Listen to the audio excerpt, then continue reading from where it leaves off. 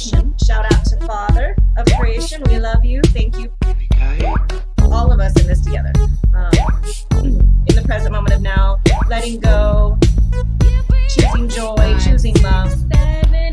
My Kundalini energy is just like been going up and down all day long, really intensely. Yippee lady is what they call me now. The biggest shift ever on this planet is happening now. Head into the present moment of now. Let go of all thoughts which don't bring you joy and get into the present moment. Out of the head into the heart, and there's no turning back now. We're losing our mind. I'm like, well, that really is the point. Yeah, so you are. You gotta lose your mind. You gotta get into the heart. Again, we're in the big shift.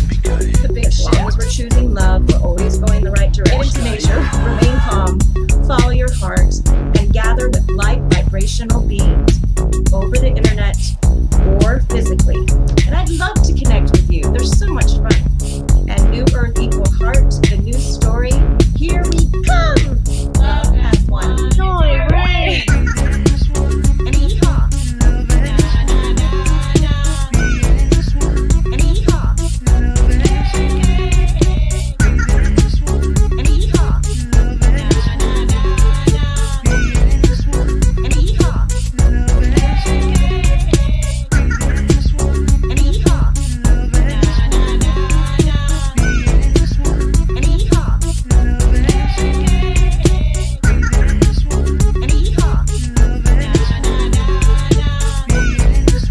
And yeehaw. Thank you, all atoms of love everywhere present, on earth as it is in heaven. Love forever and eternally. Mother and Father of creation. Because if she dies, we all die.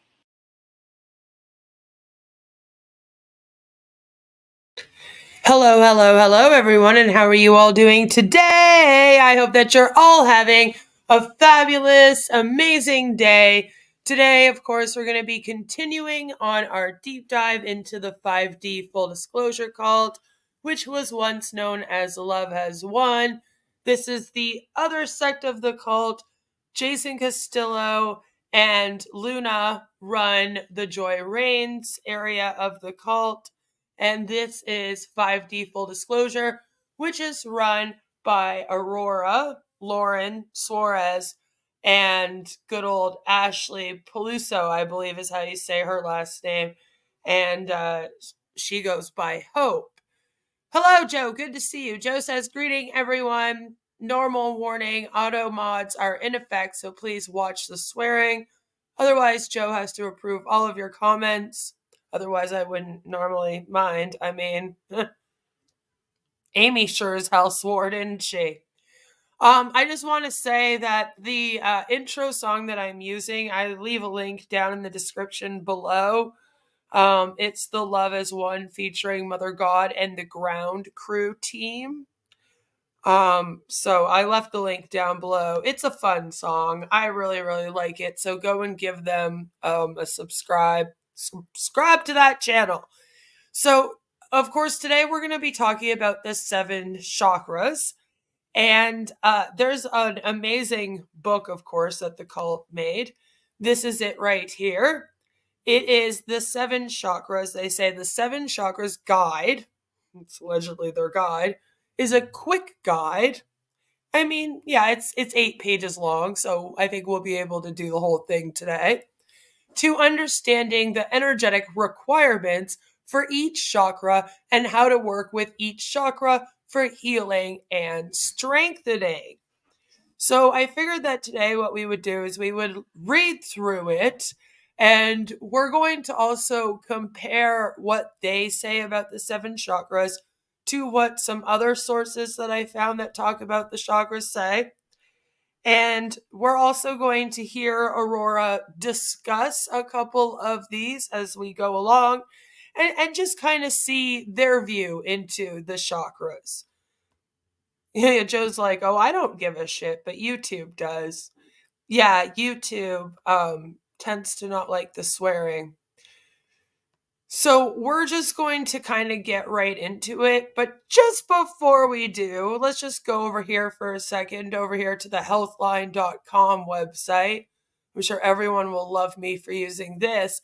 And let's just take a minute for people that maybe aren't familiar with what the hell the chakras are. Maybe you've heard people mention it. Maybe you've seen people in movies talking about it. That's a thing. Let's just do a quick little, what is the chakras? What are these things? So they say here in Sanskrit, the word chakra means disc or wheel and refers to the energy centers in your body. These wheels or discs of spinning energy each correspond to certain nerve bundles and major organs. To function at their best, your chakras need to stay open or balanced. And of course, like the 5D full disclosure call is completely about like people's energy and your vibrational scale. And we're going to start getting more into that as we go along. And so they, of course, had to incorporate this into their belief system somehow, right? It says here, if they get blocked, you may experience physical or emotional symptoms related to a particular chakra. There are 7 main chakras that run along your spine. They start at the root or base, which they usually call it a root chakra, of your spine, and then they extend to the crown of your head. That said, some people believe you have at least 114 different chakras in the body. That's a little too complicated for me. So we're just going to be going through this here and a couple sources and talk about what exactly are the chakras. Because they call their book, as you can see right here, their amazing little, I guess it's a book, it's 8 pages. I don't know if you'd want to consider that a book. I'm sure there's authors out there that would be extremely insulted at me calling a lot of these books. They are technically more like pamphlets. You would like print this out on your computer and it would just be like 8 pages that look exactly like this. So you know, you, as we go through, if you're new to this, you might see why some people might be offended. But they've called theirs the 7 chakras and their meanings and days of the week. So we're going through the days of the week as well. Oftentimes the chakras, not only do they represent like a part along your spine, like a part of your body, they oftentimes represent like a color. And I guess they also can represent a day of the week, which I didn't know until I was deep diving this. So that's kind of fun. We all learn this stuff together. So they start with the root chakra, and they say that the root chakra color is red, and the day of the week is Monday. They say that the location of this chakra is located at the very base of your spine near your tailbone. It goes up to just below your belly button. What balanced feels like. So again, you want your chakras to be balanced. And this is what happens when they're in a good state, if you will. When your first chakra is balanced, you will feel a sense of accomplishment and peace when you think about things like money, funny they mention that as a scammy cult, safety, and shelter. They say the root chakra defines our relationship with Mother Earth, the chakra that connects us to the physical. It influences our passion, creativity, youthfulness, vitality, and most importantly, our basic intuitive nature of resources, stability, security, and abundance. The root chakra is represented by the color red, which they kind of already told us, so thanks for that again, which is also an indication for the need of knowledge, divine intelligence, and discipline in our lives. You will feel connected to your human experience. The root chakra is the first chakra and is located at the base of the spine, the chakra closest to the earth. The root chakra is where energy leaves the body to the feet. And okay, little bit weird. So that's why my back is messed up. You know what? If people that strongly believed in this would probably tell you yes. Having your chakras out of alignment would fuck up your back, like they say. Each one kind of represents a part of the body, and you will have like physical symptoms, apparently, if you're out of alignment. So the whole like feet thing kind of took me off guard because it's about the bottom of your spine, which I guess is semi-connected to like your legs and your feet. I guess, like, you know what I mean? Like the foot bone's connected to the leg bone, like, you know, anyway. But I don't know, that one came out of nowhere a bit for me. Let me know if you are familiar with the chakras, if you've heard that one before. It is the root of your being and establishes the deepest connections with your physical body, your environment, and with the earth. So I guess like the element would be the earth. The energy of the root chakra allows us to harness courage, resourcefulness, and the will to live during trying times. It connects us with spiritual energies of our ancestors, their challenges, and their triumphs. Since base chakra, see, so now out of nowhere, they just call it the base chakra.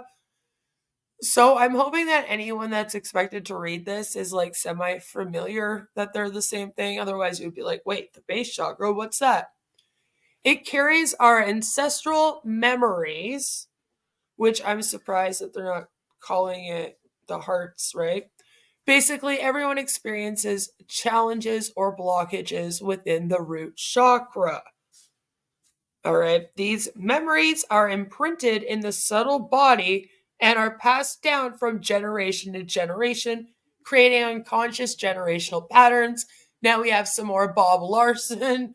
Your generations, the curse of your generations. Your ancestors cursed you. That whole thing, you know. War, famine, natural disasters, and any events that threaten our basic survival all are recorded within energies of the first chakra. The root chakra is the most instinctual of all chakras. It is your survival center. Your fight and flight response is initiated from this chakra. This is your primal animal nature. This is all ego-programmed mind base. Now remember, anything that's ego-programmed is bad. So now your root chakra is bad. The lower of the energy of the root chakra. So in one sense, they're saying it's kind of the most important one. It's our like basic survival, our fight or flight. You know, it protects us. It holds all of our ancestors' generational information, I guess, and curses and whatnot. You know, so you would think that that's a good thing, but then they just kind of throw out there that it's all ego program mind based, which again to them is negative. And it's the lowest of the energy of all of the chakras. The root chakra is the lowest energy, which is kind of funny because they made it sound very, very important. So now that we know what they have said, let's just take a second to just go through quickly what some other people have said. So this here is the Healthline website. As you can see, these are the 7 main chakras that we'll be talking about today as well. They're the only ones that Love Has Won /5D even brings up. So I don't know about the other 114 ones or whatever. But as you can see, root, sacral, solar plexus, heart, throat, third eye, and crown. And don't worry, we're going to hear Aurora talk about the heart and throat getting blocked. It's very interesting. They kind of go into the history of it, but let's just look at what they say about this root chakra, okay? So they agree that the location is the base of the spine in the tailbone area. Also, them, along with most places, also agree that it's red. Okay, so that they agree on. Oftentimes, they also agree that the meaning is physical identity, stability, and grounding. Okay, of course, it's the one that keeps you the most grounded. Oftentimes, they'll often bring up as well the earth is what it's connected to. A lot of people use the earth for grounding, by the way. One of the best way to ground yourselves is if you can, if it's not in the middle of winter like it is here, go outside in bare feet, just kind of stand on the bare ground, put your feet in sand outside if you can get to it, things like that. That's one of the best physical ways to like ground yourself. And they say, though, that a blocked root chakra can manifest as physical issues like arthritis, constipation, and bladder or colon problems, or emotionally through feeling insecure about finances or our basic needs and well being. So it's a little bit different than what 5D is saying, right? When it's in alignment and open, we will feel grounded and secure both physically and emotionally. So yeah, it agrees on some things, and then on other things it's iffy on, right? This one, it's kind of the same. So this one gets a little bit deeper. This is the Mind Valley website, which we recently have discussed on my channel, by the way. Found it very fun that they also have one. So of course I'm going to use it. But as you can see, it says very, very similar. Although it says it's at the bottom of the tailbone in the perineum of men, I can't say that word, and the cervical area of women.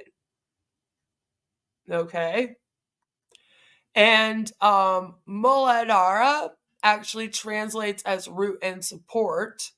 And it says that the role of this chakra is to connect all of your physical bodily energy with the earth itself. In other words, this chakra grounds you. And it says that it's linked to everything you need to survive. So again, it's similar to what the 5D full disclosure was saying.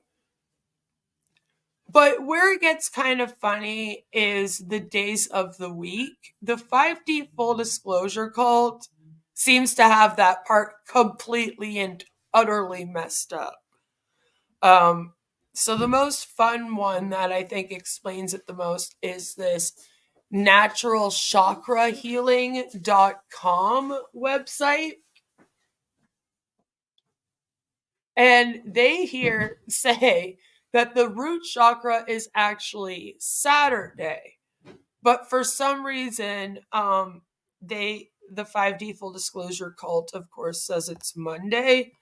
I think they maybe just didn't read up on that part and then just randomly started giving each one of these in order the days of the week from Monday, and you'll see the next one's Tuesday, etc. Because apparently this one is actually Saturday. And they go on to kind of explain that Saturday is known as Saturn's day. It has association with the planet Saturn, which that makes some sense, right? It's also associated and named in honor of the Roman god Saturn.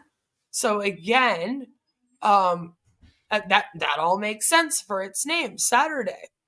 Then it says that Saturn is associated with the base chakra, and they give the untranslated word for it there. I don't know if I'm saying it right. They say the root chakra is our connection to the physical plane and relates to our sense of stability and security on the earth, again, which they have brought up. And 5D full disclosure did bring that up too.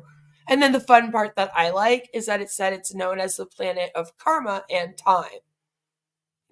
I like that part as queen of karma, Saturday's Saturn also represents energy and vigor, protection, and self-discipline. So see, you can kind of see where the 5D full disclosure pulled some of its information from, which I think is fun because they're just copying and pasting this. They go on to say things to do to honor Root Chakra Day. which I find very interesting that they have this, when they couldn't even really look up the right day. I thought that was kind of funny. Wear the color red, eat red colored foods, go for walks or be outside connected to Mother Earth, or do a prayer or ceremony to honor the root chakra. And what's great about these guys over here at 5D Full Disclosure is even though they tell you that this is a guide, do they tell you what ceremony to do? No, not in this one. You have to go and read through some of their other ceremony guides to figure out which ceremony would be best for this one, or watch like a bunch of their videos. It would be so much easier, wouldn't it, if they were like, here are some of our ceremonies to honor the root chakra. But no, they just continue on to the sacral chakra, okay? And this is the color orange. Like I said, they just kind of continue on with the days of the week in order. So this day of the week is allegedly Tuesday, which we'll get into how that's wrong in a moment. Now, again, the rest of this, you'll see where they kind of pulled off of the other websites that I'm going to show you. Location. The sacral chakra is also located, it is, I don't know why I threw also in there, sorry, is located right below the belly button and extends to its center. The second chakra is the sacral chakra, which translates to the place of the cell. When balanced, we feel safe to both feel, express, and process our emotions. We easily flow with our own rhythm and enjoy the experiences of our life without resistance. This chakra is all about your identity as a human and what you do with it. From all 7 chakras, I'm sorry, that makes no sense. From of all 7 chakras, it was like my brain was looking at it, but my mouth was like not wanting to say it. It was like, no, I'm sorry, Queen, that makes no sense. I can't say that. From of all 7 chakras, this chakra is responsible for bringing you creative energy to help enrich your life. Okay, so it's about creativity and all about your identity and processing your emotions. Got it? Your sacral chakra is the home of the creative life force energy that helps you enjoy your life here on Earth. Because again, remember, reincarnation, and you're going to go and be close to Source, Amy Carlson, Mother God, one day. Yay! The chakra where creativity and passion are held. Okay, so there we go. I guess that's where all of our creativity and passion are held. They've said it here. The gift of this chakra is experiencing our lives through feelings and sensations. Okay? The second chakra is the center of feeling, emotion, passion, joy for life, and connection. Which the connection one's a little bit odd if it's supposed to be all about your own passions and your creativity and your sense of self. And then it's like, oh yeah, and connection to other things and people. I don't know, it's a little off, but whatever. The energy of this chakra allows you to let go, to move, which move how, and to feel change and transformation occurring within your body. It allows you to experience this moment as it is, in its own fullness. So then I'm like, okay, so then that's grounding you and putting you in the moment then, which is what the last chakra apparently did, but whatever. The main challenge for the second chakra is the conditioning of our society. I'm like, whoa, where the fuck did that come from? Listen, okay, the second chakra there, it has some conspiracy theories. Hello, Louisiana, good to see you. Sometimes they do. Not often. Usually more when we're watching on passive than when we're reading through these. Unless they want to be like, this is effing stupid, you know? but not swearing in a bad way. It's just when the YouTube mods are here, they get iffy about any sense of swearing whatsoever. Because, there's good swearing and bad swearing, like calling someone names and swearing at them is probably bad swearing, right? That's not good. YouTube won't usually let things like that through because it's like also considered breaking terms of service in terms of bullying. But then like to say like, Queen, this new age hoopla stuff you're reading is fucking stupid. Like that's not really bad swearing. Then you're just using swearing to add emphasis to what you're saying, right? So and YouTube doesn't really know how to read which one's which because it's like Google auto mods that come in instead of people. So, they just block it all. So I just kind of throw the warning out because sometimes people's comment doesn't go through and then they think they're blocked. So then we get a bunch of, oh my God, can you see me? Am I blocked? It's more to avoid that, really, if you want me to be honest.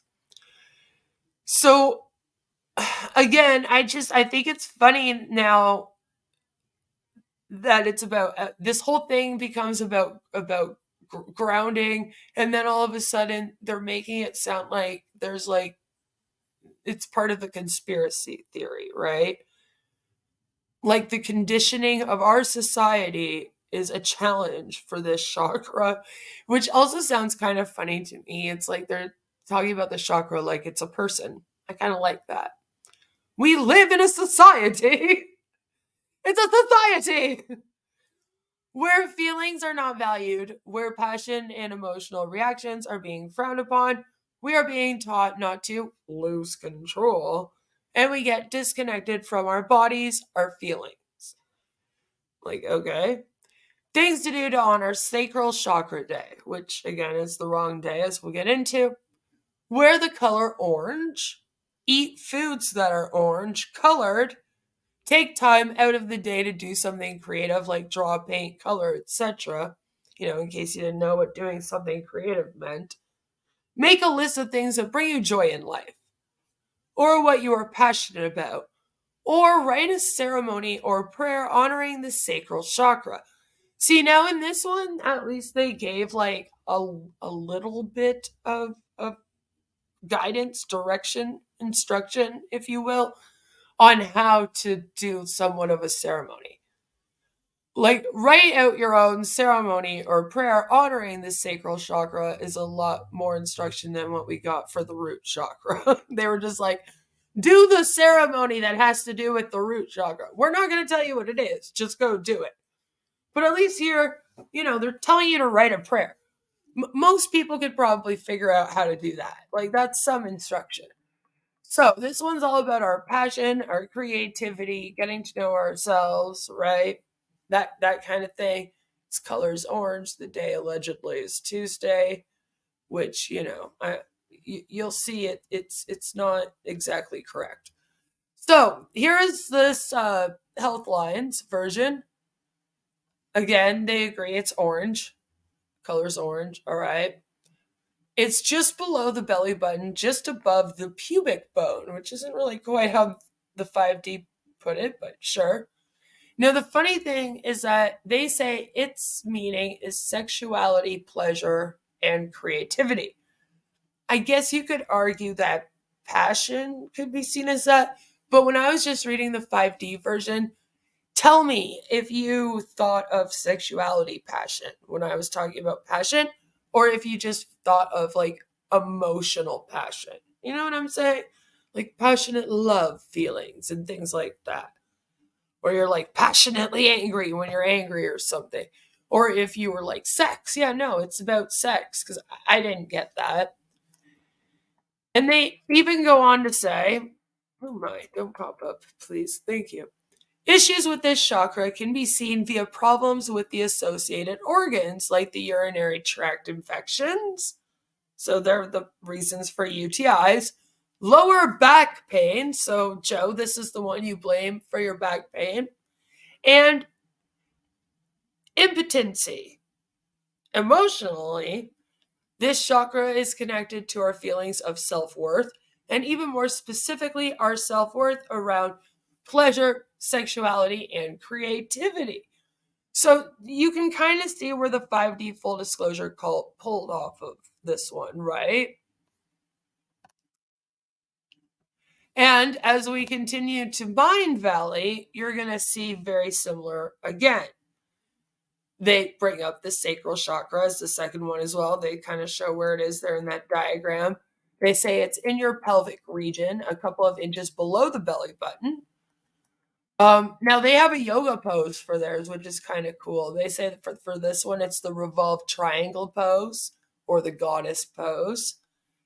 And they say that it's also known as the place of the self. So it is, therefore, all about your creative identity as a human. So this one kind of like brings in identity and creativity and meshes it together, if you will. And it goes on to, of course, reiterate, as 5D Full Disclosure said, that it helps you enjoy your life here on Earth. It's the energy that motivates you to enjoy the fruits of your labor. Above all, indulge in pleasurable activities like sex, artistic activities, and good food, which they like kind of brought up in the 5D. They say when it's balanced, you'll truly relish on the finer things in life. Because of this, you'll enjoy them without overdoing them. Except, although those things are, sort of semi-correct, like I said, 5D Full Disclosure in their version, they say the day of the week here is Tuesday, and we have a problem because everywhere else that I looked, they say that the day is Monday. And the reason why the sacral chakra's day is actually Monday, or also Friday, allegedly it can also be Friday, is that Monday is known as the day of the moon.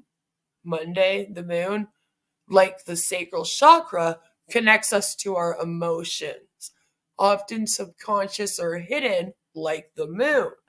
Also, like the moon, with its cycles and seasons, we associate the feminine aspect, much like the sacral chakra energies. Monday and the sacral chakra represents fertility as well. Okay? It also goes on to say that it's known as the Swadhisthana chakra. I don't know what this word is right here. I'm probably saying it wrong. But that one is associated with sex and sensuality, the emotional aspect of self, as well as reproduction and the feminine principle. So it's often represented by planet Venus. So the moon and Venus, and Venus was the ruling planet of the day Friday. So that's how it can also be associated with Friday. But the days associated with the sacral chakra are usually Monday and then like sometimes Friday. So, there's that. So it's not always right. But you can kind of see where it's pulling off its information. The next chakra, of course, is the solar plexus. This one's fun. Venus is a hellhole. Yes. Yes, as a woman, you can be mad at Venus. It's completely fine as well. Trust. Apparently, that's where all your feminine energy comes from, if you will. Anyway, the solar plexus, the third one, its color they say is yellow, and they say the day of the week is Wednesday. Everywhere else says Tuesday. Again, we'll get into that. And 5D Full Disclosure says, the solar plexus chakra is roughly translated to City of Jewels, and it is regarded as one of the most powerful chakras that has profound influences on our personal power, our divine empowerment. The solar plexus chakra represents our personal abilities and powers, and it influences both our personal and professional success. So, okay, this one's more about power and success, I guess. Within the human body, the sacral chakra is connected with our sense of taste and impacts several organs and glands. Remember this, including the bladder, the lymphatic system, pelvis, and the large intestine. And I love how "and the" is one word in their pamphlet book that they did not grammar spell check whatsoever. It doesn't have periods. This thing's a mess. Anyway, this chakra is represented by the color yellow, which symbolizes the energy vortex and its connection with energy, fire, and charge, amongst other powerful emotions. When this fiery and, again, as one word, fiery and, gotta love it, powerful element is present in a harmonious balance, it allows us to be much more energetic, active, confident, and forthcoming with a cheerful disposition that allows us to respect ourselves and others. So now it has to do with your confidence, which is, again, it all seems to have to do with your confidence. The location, they say, of your solar plexus starts in the center of the belly button and it extends up to the breastbone, or where your two sets of ribs connect in the center of your chest. What balanced feels like, which, again, the way that they put that, what balanced feels like. It's like what it feels like when it's balanced would be better, but whatever. That's what they mean. When this chakra is doing good, when your third chakra is balanced, you will feel a sense of wisdom, decisiveness, and personal power.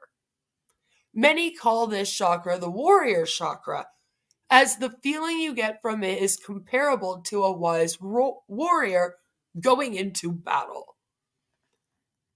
So I guess it would also be like your motivation, your hoopla. He has the confidence to win and the wisdom to know the personal truth he is fighting for. This is the seat of your divine empowerment, your solar plexus, and you can physically feel that confidence and wisdom in its location. It's important to distinguish that personal power doesn't imply power over others. Says the cult, right? It implies self-mastery, the ability to master your thoughts and emotions, overcome any fear, and take appropriate action in any situation with courage and determination. In any situation, all the situations, be a perfect person, if you will. Have harmonious relationships with your surroundings, plus use your empowerment to empower others. So it is about empowering other people. It's not about having power over them, it's about empowering them. There we go. We figured it out. They go on to say ways to honor solar plexus day, which they're wrong on the day of. Again, wonderful. Wear the color yellow, which I find that kind of bizarre. Like on Monday, we wear pink. It's very weird. Weird vibes. Anyway, eat foods that are yellow in color, like you're only eating corn and bananas. Write a prayer or ceremony honoring the solar plexus. Again, this one gives a bit more instructions. So you write a prayer or do a ceremony honoring the solar plexus. You communicate or express feelings with others to work on self-confidence, which, okay, I guess that would help with self-confidence, being able to be assertive about your feelings. Or do some yoga stretches that focus on the stomach area, which, again, at least that's somewhat of an instruction to go by. You can go and at least find that and do it. It would be more helpful if they gave you an example, since this is allegedly the whole chakra guide. They don't give you much, but anyway. So again, solar plexus, all about your personal and professional success, empowering others, and having power within yourself, and being perfect, apparently. The color yellow, and Wednesday.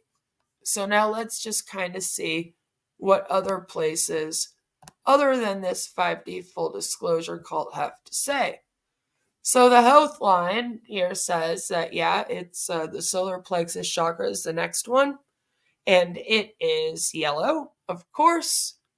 And it's in the upper abdomen in the stomach area. So it describes it in kind of a different way, but I guess like it's still the same area, right? They kind of said it's from the middle of your belly button, which I guess is your upper abdomen, right? To like the start of your ribs, if you will. But I guess if you say the upper abdomen in the stomach area, that's a lot easier to kind of envision. And the meaning is self-esteem and confidence, which, yeah, okay, that's what 5D kind of said. And they go on to say that if this is blocked, then you can experience digestive issues like ulcers, heartburn, eating disorders, and indigestion. And then I get scared that like people are thinking that they can clear this chakra to cure their eating disorders. Because that kind of sucks. It's the chakra of our personal power. This means it's related to our self-esteem and self-confidence. So yeah, okay, it's about the same as what 5D said, right? I mean, they pretty much said the same thing with it. And according to Mind Valley, again, the solar plexus chakra, that's where it is in the upper abdomen. They say it's in your stomach, 2 to 3 inches above the belly button. They say the Manipura, I'm not going to say this right, Manipura energy center further translates as the lustrous gem. This is because this is the chakra where your self-confidence and personal power sit together in harmony. And the yoga pose you can do for it, since 5D told you to do some, is do the boat pose or the downward facing dog. This is where 5D got that it's called the warrior chakra, because it is by far the most powerful supporting chakra for bravery and boundary setting. So like they kind of pulled some of it, but not quite all of it, because 5D, of course, wouldn't talk about boundary setting. You can't do that when you're in a cult. And they say that when it is balanced, high self-esteem and self-worth are bonus byproducts. So, that's a decent thing. So, so far, it's pretty much the same. 5D is sort of adding in their own little bits and pieces. And I'm sure if we researched the internet for another 40 hours, I would be able to find every single piece that they're taking, because I don't think they're the ones coming up with this. Obviously, they're pulling it from other places. A lot of it is very similar and then has their own little twist. You know what I mean?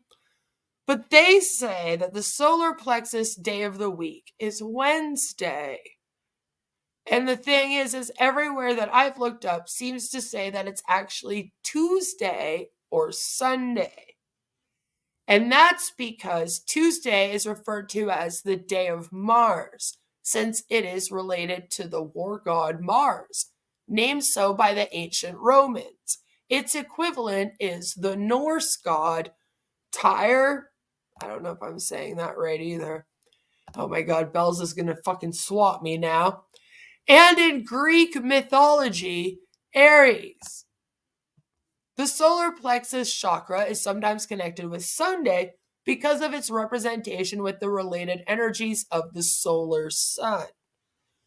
Much like the energies of the solar or navel chakra, the associated day of Tuesday represents willpower and determination, strength, and courage. It also relates to competition, productivity, and effectiveness. Working with the solar navel chakra, I guess it's called both, right? For any purpose is extremely beneficial on the day Tuesday. In addition, anything associated with fire energy, whether that be colors, foods, or activities, can be enhanced of a Tuesday and help to balance Manipura chakra, and balance the energies. So that goes on to explain that it's actually Sunday or Tuesday. So, once again, they're just kind of getting the days of the week wrong and then giving their own personal twist because, I mean, they could have at least given us the actual yoga stretches that are given as examples by the people that talk about the chakras if they were going to do this. They got a little bit lazy, didn't they? Your belly button moves, Scam Chan? What? It's Tuesday somewhere. That's true.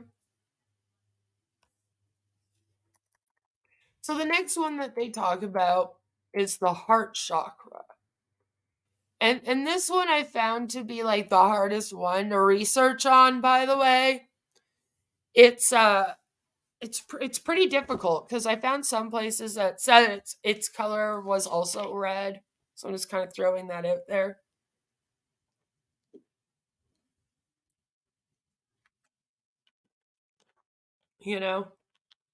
More yellow food. Well, see, and that's the thing, like, how many yellow foods are there? Like, for real, though. I mean, I'm sure you could add it into your diet, but it seems a little weird that just eating the color of food that is associated with the chakra would help. I don't know. That whole thing seems bizarre to me, but most of this seems bizarre to me, as we know. Excuse me. So, 5D Full Disclosure says that the heart chakra colors are green and pink, and the day of the week is Thursday. Location. The heart chakra center is located right over your heart. Well, who knew? Wow, crazy. And it radiates down to your breastbone and up to your throat. It is the middle one of the 7 chakras, and it's connecting the higher chakras, the heaven, with the lower chakras, the physical world. Okay. The heart chakra, the wellspring of love, warmth, compassion, and joy, is located in the center of the chest at the heart level. Of course. I don't think anyone was questioning where is the heart chakra. The heart chakra moves love through your life. And again, most people do say that the heart chakra, of course, has to do with love. It is the center of your deep bonds with other beings, your sense of caring and compassion, your feelings of self-love, altruism, generosity, kindness, and respect. We all associate our hearts with love. And that's exactly what the 4th chakra is all about. The way that they write this sometimes, it's just, I get secondhand embarrassment. And you get a crystal and you clear your 4th chakra out. That's what it's all about. Sorry, I had to. And this includes love for others and love for yourself, which is why this chakra is also associated with health and healing.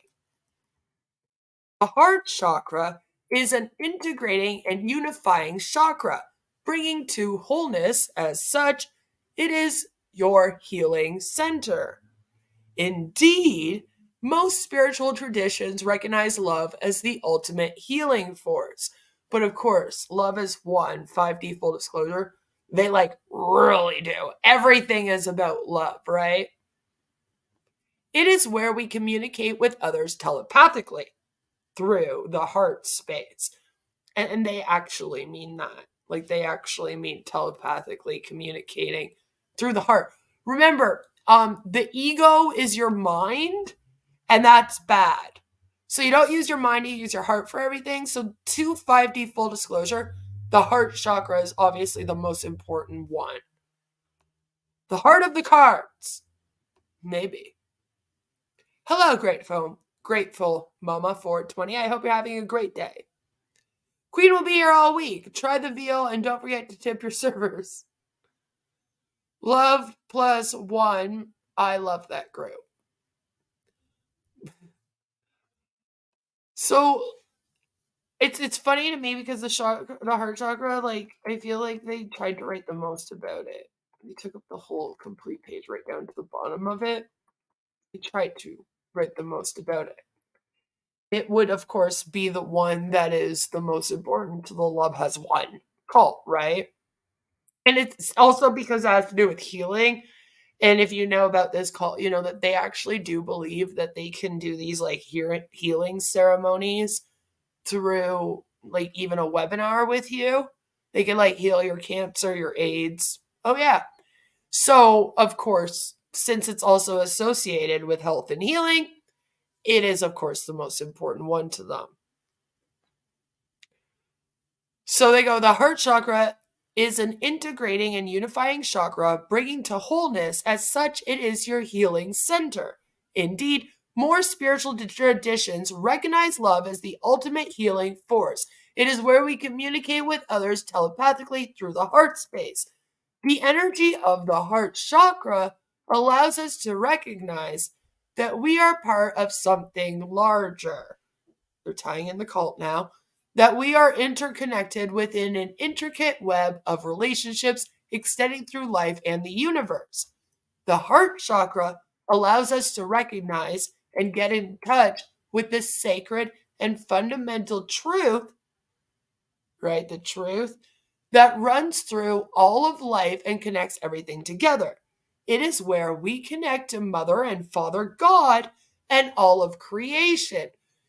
You're going to notice that this is one of the only times that they actually bring up Father God again. You know, it's all about the beads for $222.22. Yes. Yes. They'll meet with you for an hour and cure you of AIDS for that much. They don't mention Father God, though, too often. Over here in 5D, full disclosure, they kind of just wrote him out of existence. But every once in a blue moon, it sneaks past. And that's because this part was written when Amy Carlson was still alive and when they had a Father God. And they didn't edit this part out. They missed this one. Because Father God, Jason Castillo, he's actually like running the Joy Reigns area. And although they believe very much the same things, and it's all based off of all of this same shit, and like literally these exact belief systems that we've been reading through on my channel for the last several months and will continue to, it's all based off of this shit. He's a separate cult now. They got in an argument. They're not connected. And so he doesn't come up. But this is one of the very rare cases in these pamphlets and books where they actually say it is where we connect to Mother and Father God and all of creation. Because usually they'll even take out the "and" to make it sound like the whole time it was Amy Carlson and her name was Mother Father God, which is funny because Jason Castillo right now will go by Father Mother God. So it's like they like switched it around. Anyway, I just find it very interesting to kind of point that out. They go on to say the way of the heart, or the path of the heart, is living your life from this energy center of love. Again, remember, they want you to let go of all your critical thinking skills, your deep thoughts, anything, okay? And don't think with your mind, feel and think very much with your heart in this cult. That's like the whole thing with the ascension and the ego and the superego and doing the ceremonies and letting them go and cutting cords and blah, blah, blah, blah, right? All the shit they believe in, it comes down to that. So this is very, very fucking important to them. All right? They say what balance feels like. So again, what it feels like when your heart chakra is doing well, if you will. They say when your fourth chakra is balanced, you are able to equally feel love for yourself and others. Even when tough things happen, you can still see the compassion and kindness in others. And then they say things to do to honor Heart Chakra Day, which again, it's I feel like I'm reading some like new age stuff, and then the tone totally shifts in how they word certain things, right? Like the way that they worded stuff up here, and then like I made fun of, and then we get down here, we're reading along, and then I feel like this part should be things to do to honor Heart Chakra Day. Let's all go do Heart Chakra Day, guys. And then I'm reading it like a camp counselor would say it, I don't know. It totally tone shifts there every time. So they say wear the colors green or pink, both together, preferably, I'm sure. Eat foods that are either green or pink in color. And then again, we have a little bit more ceremony instructions for ceremonies. So they say write a prayer or ceremony to honor the heart chakra. So again, that's some instruction. You could sit down and kind of, when they say write a prayer, they just mean write a little blurb, write a few paragraphs. Everything you love about your heart chakra in 50 words or less, Mother, Father, God is in Wisconsin somewhere. His group should be called Cheese Rains. They should be. And yes, he is. I just did an update earlier this month. And again, like they don't acknowledge him over here. He just doesn't exist. He doesn't exist. But basically, in order to write your prayer, you're just sitting down and you're saying, I love my heart chakra. These are all the reasons why my heart chakra is great. Oh, holy heart chakra, if you will. Okay, like you would be praying if you were a Christian to a god. Although instead, it's about your heart chakra and it's to Amy Carlson, source, okay? The ceremony would be similar where you're just writing down stuff that you like and then you're like burning it or whatever. That tends to be like most of their ceremonies is you writing down something on a piece of paper and then just kind of burning it. So that's not what they mean by like ceremony. Or a ceremony is just you light a candle, if you will, and then just basically do the prayer thing. And then they go on to give you more instructions again, which is great. Make a list of things you love about yourself or others. So again, that's some instruction on what to do here on Heart Chakra Day, which is better than the past chakras we've talked about where they're just like, do a fun ceremony. Like, okay, thanks. What am I supposed to do? And then they say, give others a hug. Just go around hugging everybody. People love that. When you touch them without consent, it's really great. You should do that more. So, again, heart chakra. Green and pink are the colors. The day of the week is Thursday. It's the most important one. It's all about love, loving others, loving yourself, healing, especially healing, having good feelings, blah, blah, blah, blah, blah. So, let's just take a little look-see to see what other places said. So, again, over here at the health line, they say that the heart chakra is green. So I was like, oh, okay, that must be where they got that from then. So some places say it's green. Other places, when I have looked at it, have said red, pink. So I also get where they get the pink from. And I think that they're just finding all the information they can about these on the internet and then trying to incorporate it into their cult. So it says that the location is the center of the chest, just above the heart, of course. They call it the heart center in some yoga classes. So if you do yoga, you might be like familiar with that. The meaning is love and compassion. It says it blocks in our heart chakra can manifest in our physical health through heart problems, asthma, and weight issues. But blocks are often seen even more clearly through people's actions. People with blocked heart chakras often put others first to their own detriment. It's the middle of the 7 chakras, so it bridges the gap between our upper and lower chakras. It also represents our ability to love and connect to others. When out of alignment, it can make us feel lonely, insecure, and isolated.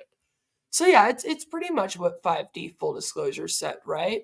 And same with over here when we look on Mind Valley. See, they show it there in the little diagram, and they say the heart chakra is green, and they say it's in the chest, in and around the heart space. All right? So the yoga pose is low lunge, and the camel pose, which that sounds fine. It says that the Sanskrit term for the heart chakra translates to the state of being unhurt. Because of this, when you're experiencing feelings of love, compassion, and kindness, it's this energy center you're connecting to. And it says, despite all of its other translations, it's only about love. And when your heart chakra is balanced, you are easily able to feel love and empathy for yourself and others. And they say that because it's all about love, love is the most healing frequency of all.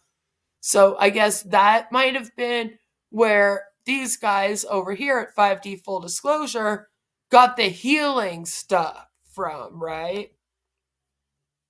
I knew that's why I'm too fat. Hello, peaceful nature. I hope you're having a good day. I doubt you're fat. But yeah, if you feel fat, let's blame it on that. Why not? So again, like, you can kind of see how they just kind of take every single thing they can, throw it together, and then they're adding their cult belief system that they have kind of onto it, right? Like, this is where we connect to Mother and Father God of all creation. No one else is saying that, obviously. But they say that the day of the week is Thursday, and everywhere that I look said that the days of the week that are associated with the heart chakra is Wednesday or Friday. And again, that's because the Anahata, whatever, if I said that right, or heart chakra, I guess that's the untranslated name for it, is associated with the day of Wednesday because it's known as the day of Mercury. The Anahata chakra is also associated with the day of Friday, the day of Venus, because of the compassionate associations with the heart. Friday is governed by the planet Venus, which is named for the goddess of love and beauty. The equivalent of Venus in the Greek language is Aphrodite, and in Norse mythology is Freya. The day of Wednesday is ruled by Mercury, the planet of interrelated communication. The heart has an intimate connection with the physical cranial brain. The heart is an information processing and communication center.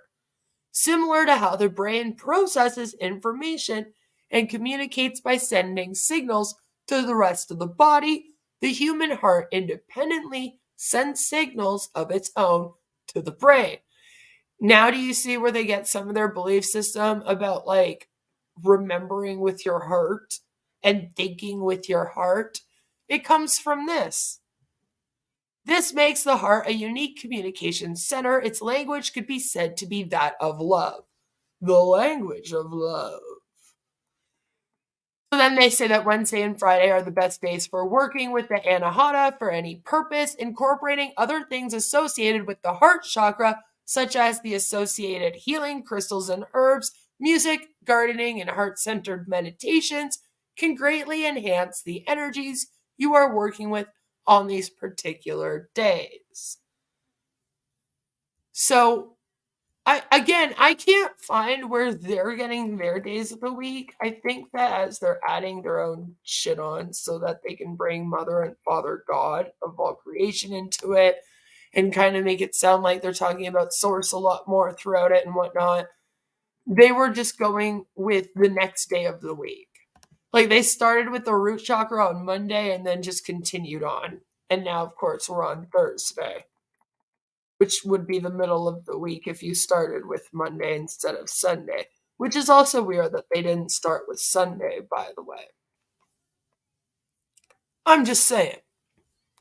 And after I'm done reading through the throat chakra and we go through, we're going to hear from Aurora about how to get through when your heart and throat chakras are blocked a little bit, because it's interesting to me what she says.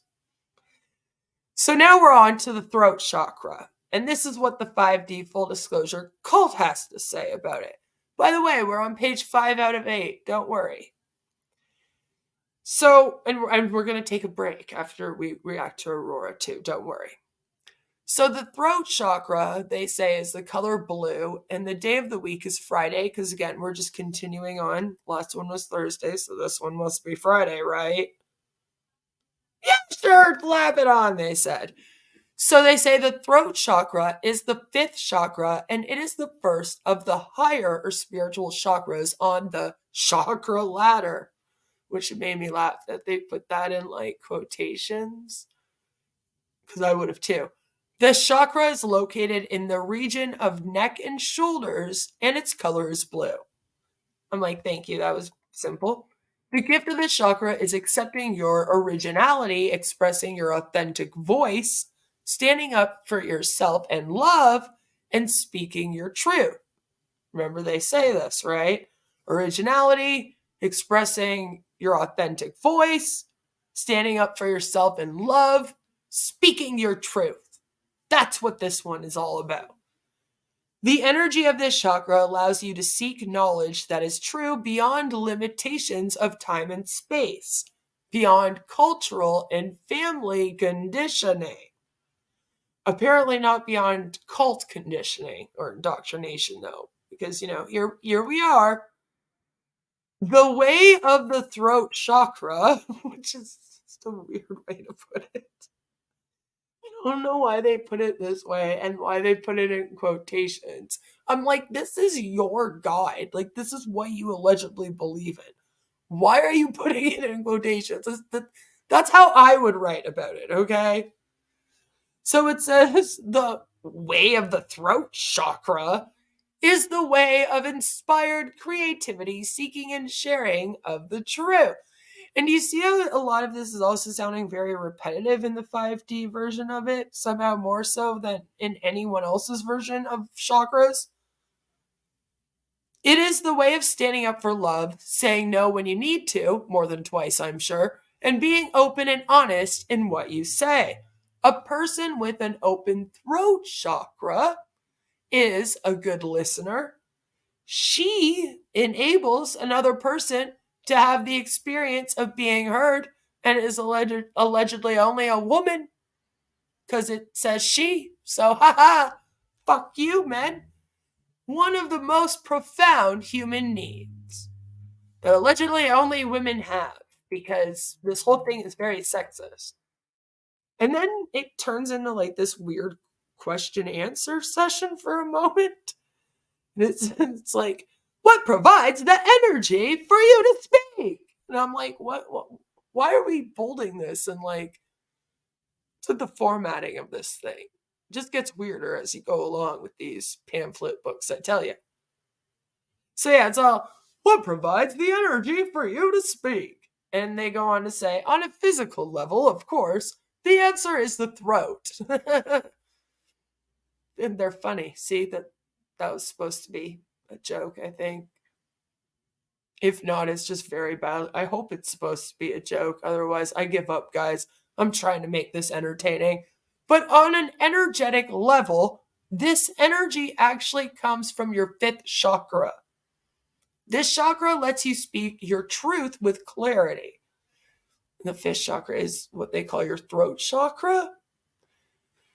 So, I mean, also on an energetic level, the throat. No? I'm just saying. It sounds like it. Resting right above the heart, the throat chakra is connected to the compassion and love you have for yourself and others, which is nice. But again, this is just about compassion and love. I don't know why they keep connecting every single one to like compassion and love and letting go of some form of like critical thinking or thinking outside of what they believe. Funny how they do that, isn't it? What balanced feels like. See the tone change? I can't read it in any other way. When your throat chakra is balanced, you will be able to clearly speak with love, kindness, and truth.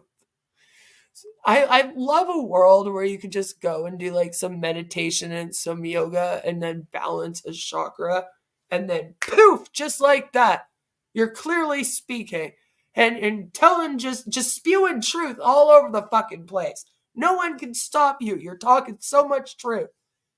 I mean, it's a nice thought and everything. It's just no such world like that exists. And if it was, I have a feeling it would be flat. I'm just throwing that out there.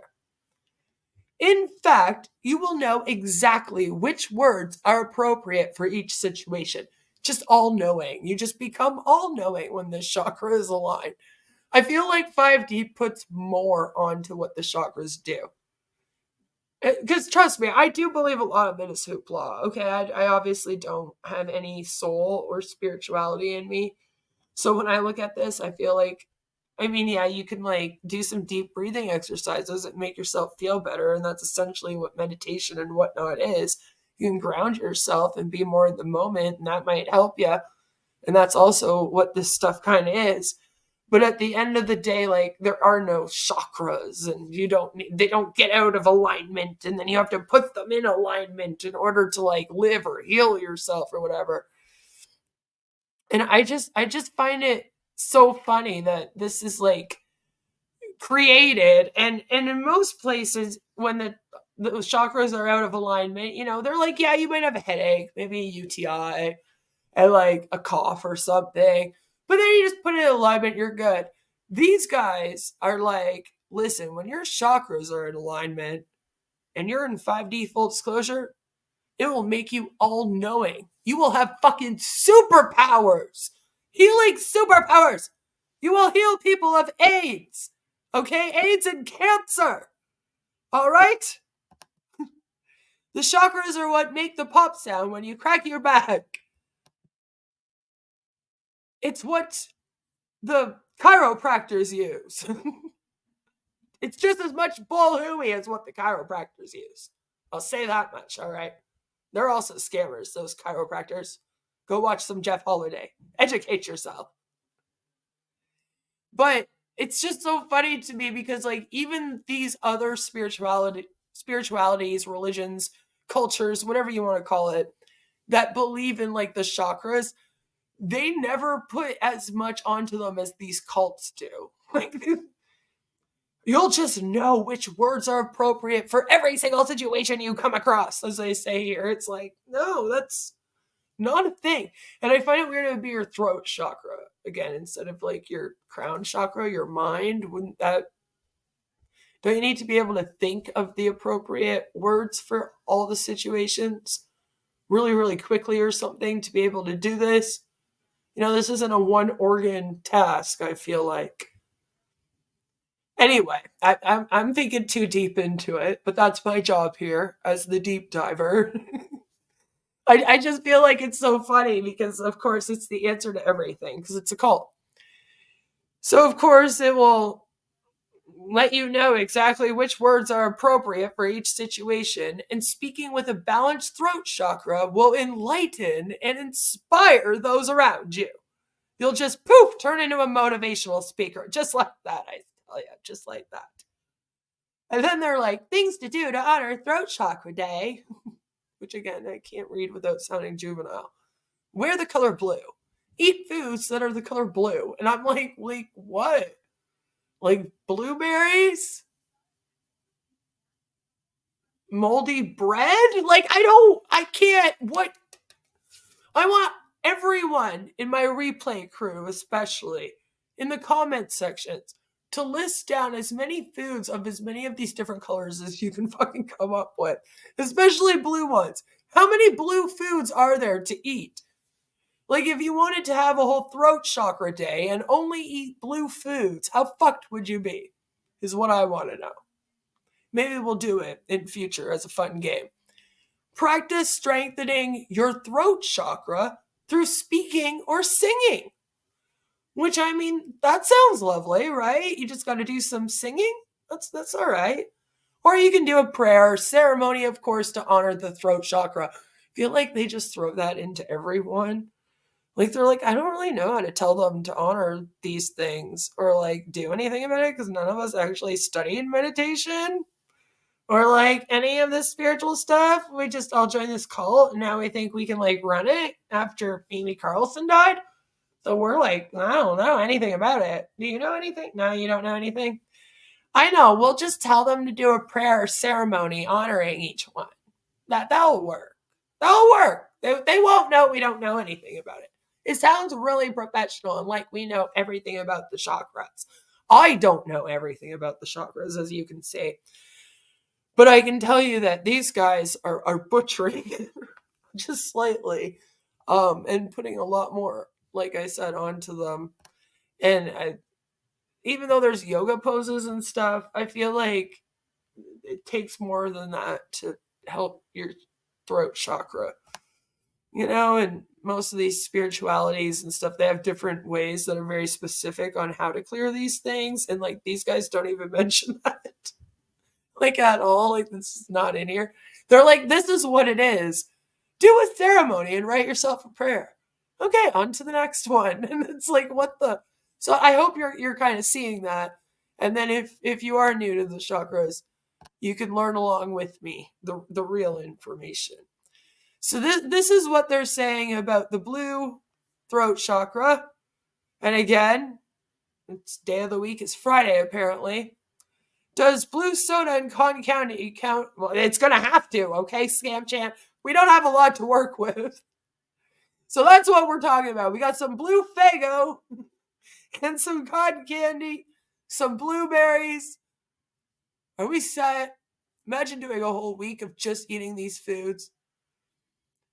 So yes, the throat chakra, it's all about speaking truth. All right, standing up for yourself, talking well, that kind of thing. Blue, and its day is Friday. The health line agrees that it's blue. Yeah, it's the throat, and the meaning is communication. So not that far off. They say, as one would expect, this chakra is connected to our ability to communicate verbally. Voice and throat problems, as well as any problems with everything surrounding that area, such as the teeth, gums, and mouth, can indicate a blockage. Blocks or misalignment can also be seen through dominating conversations, gossiping, speaking without thinking, and having trouble speaking your mind. When in alignment, you will speak and listen with compassion and feel confident when you speak because you know you are being true to yourself with your words. Okay, so do you see how in the actual belief systems and these people that believe in the throat chakras and whatnot, they're saying the truth here is your truth, that you're being true to yourself, okay? But then 5D full disclosure over here, they kind of take that and they go, oh no, you get this all-knowing truth. And then you know the truth and you only speak the truth about anything. And it's just kind of funny to me, again, how they sort of twist that. Now let's check out what Mind Valley has to say about the throat chakra. So again, it's right in the middle of your throat, yeah. And they say, they're very specific in the color. They say it's sky blue. Okay, not just any blue, sky. Sky. And the yoga pose is an easy pose with chanting or supported shoulder stand. So that sounds fun. And they say carrying the meaning of the words very pure, this chakra helps you to quite literally speak up. Again, speak up for yourself, right? And they say because of this, you'll do so in a smooth, confident, authentic way. In addition, this chakra is your official seat of self-expression. It gives you a voice to your personal preferences, beliefs, and values. Again, it seems to be more of like a personal truth, right?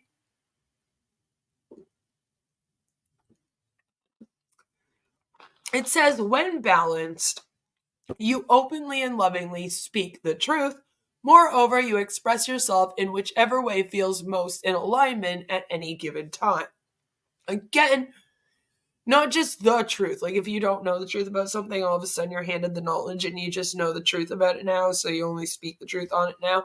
Like 5D makes it sound, just in your truth, and you speak it what would be most authentically in your words, let's say, okay? That kind of thing.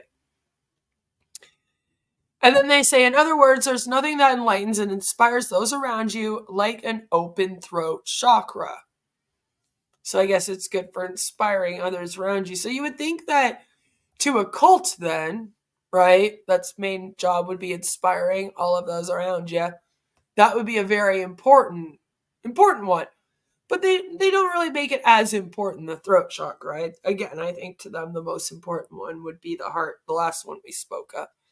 Again, 5D full disclosure says the day of the week is Friday, of course, for the good old throat chakra, except everywhere else that I looked seemed to say it was not Friday. The day associated with the throat chakra is Thursday, Wednesday, or both days. Named after the Norse god Thor, Thursday isn't called Thor's Day accordingly and is governed by the planet Jupiter. Choosing to work with the throat chakra on the day of Jupiter, Thursday, can help with the expansion of energies, whether this be opening to more prosperity or better communication. So a lot of the throat is, of course, about the communication and truth, if you will. But again, like I said, more about your truth and being authentic and telling it and not just knowing like the world's truth, like 5D tries to make it sound like. So they say the throat chakra is the center for communication and the exchange of ideas. Language, communication, listening, hearing are also connected with the throat chakra. So is oftentimes connected to the day of Wednesday. And this is because Wednesday is associated with the planet Mercury, and that's the planet of communication and travel. They say Thursday is a good day for increasing productivity and encourages movement. Business-related matters, especially those involved with communication of any kind, in connection with opening, energizing, or activating the throat chakra, can be more beneficial on a Thursday because of the acceleration of energies involved. They also say that Thursday is also good for planning or finishing up any work or study in general. I agree with that. Then you have a free weekend. It's just better for everybody that way. Yes, the throat chakra. Tell your husband you'll work on it.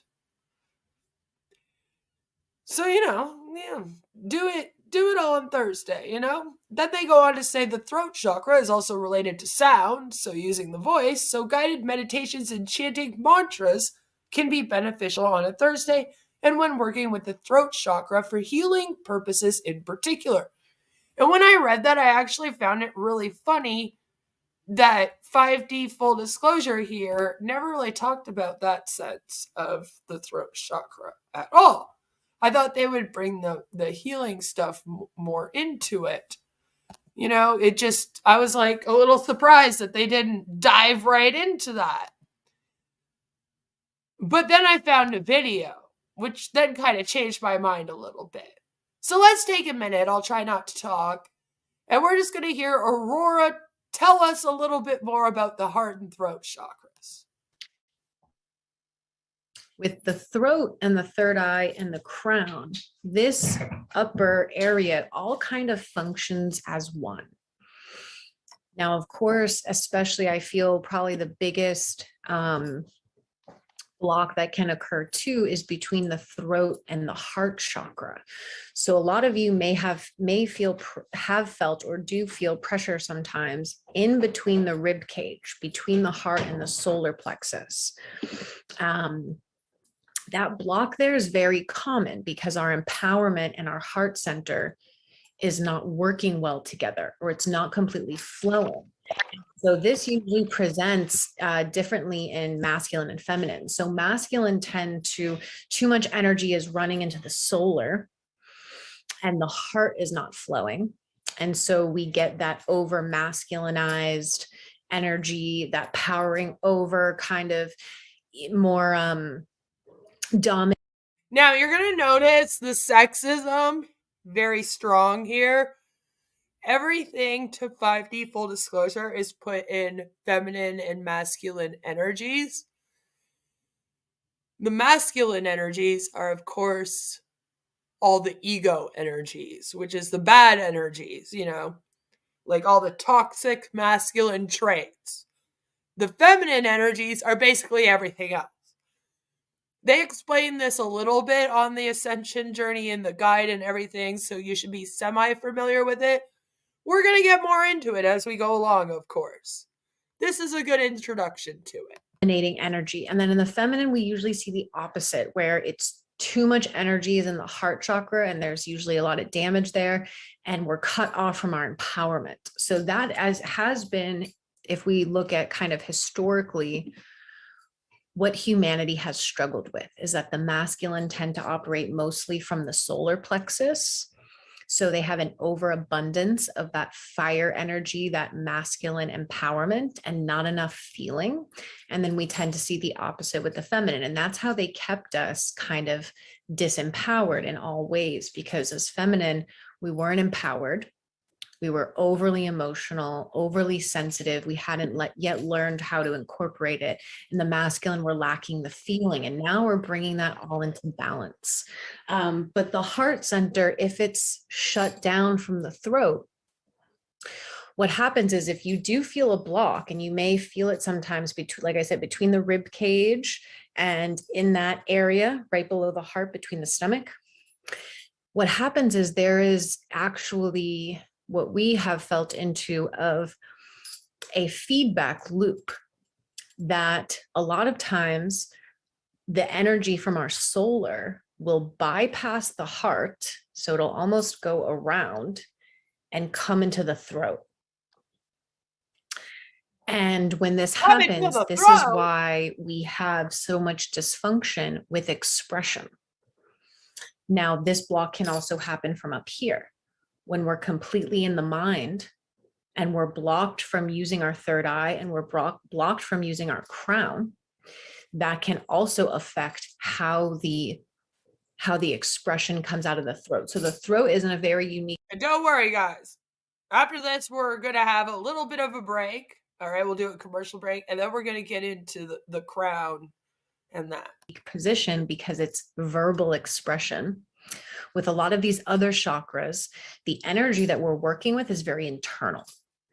It's very internal. When we're talking about the heart, that's an internal process. And when we're talking about I would consider all of it to be then. Like, wouldn't it all be internal? They all have to do with like an internal body part. That's a very internal process as well, although there's creative expression, which does come out.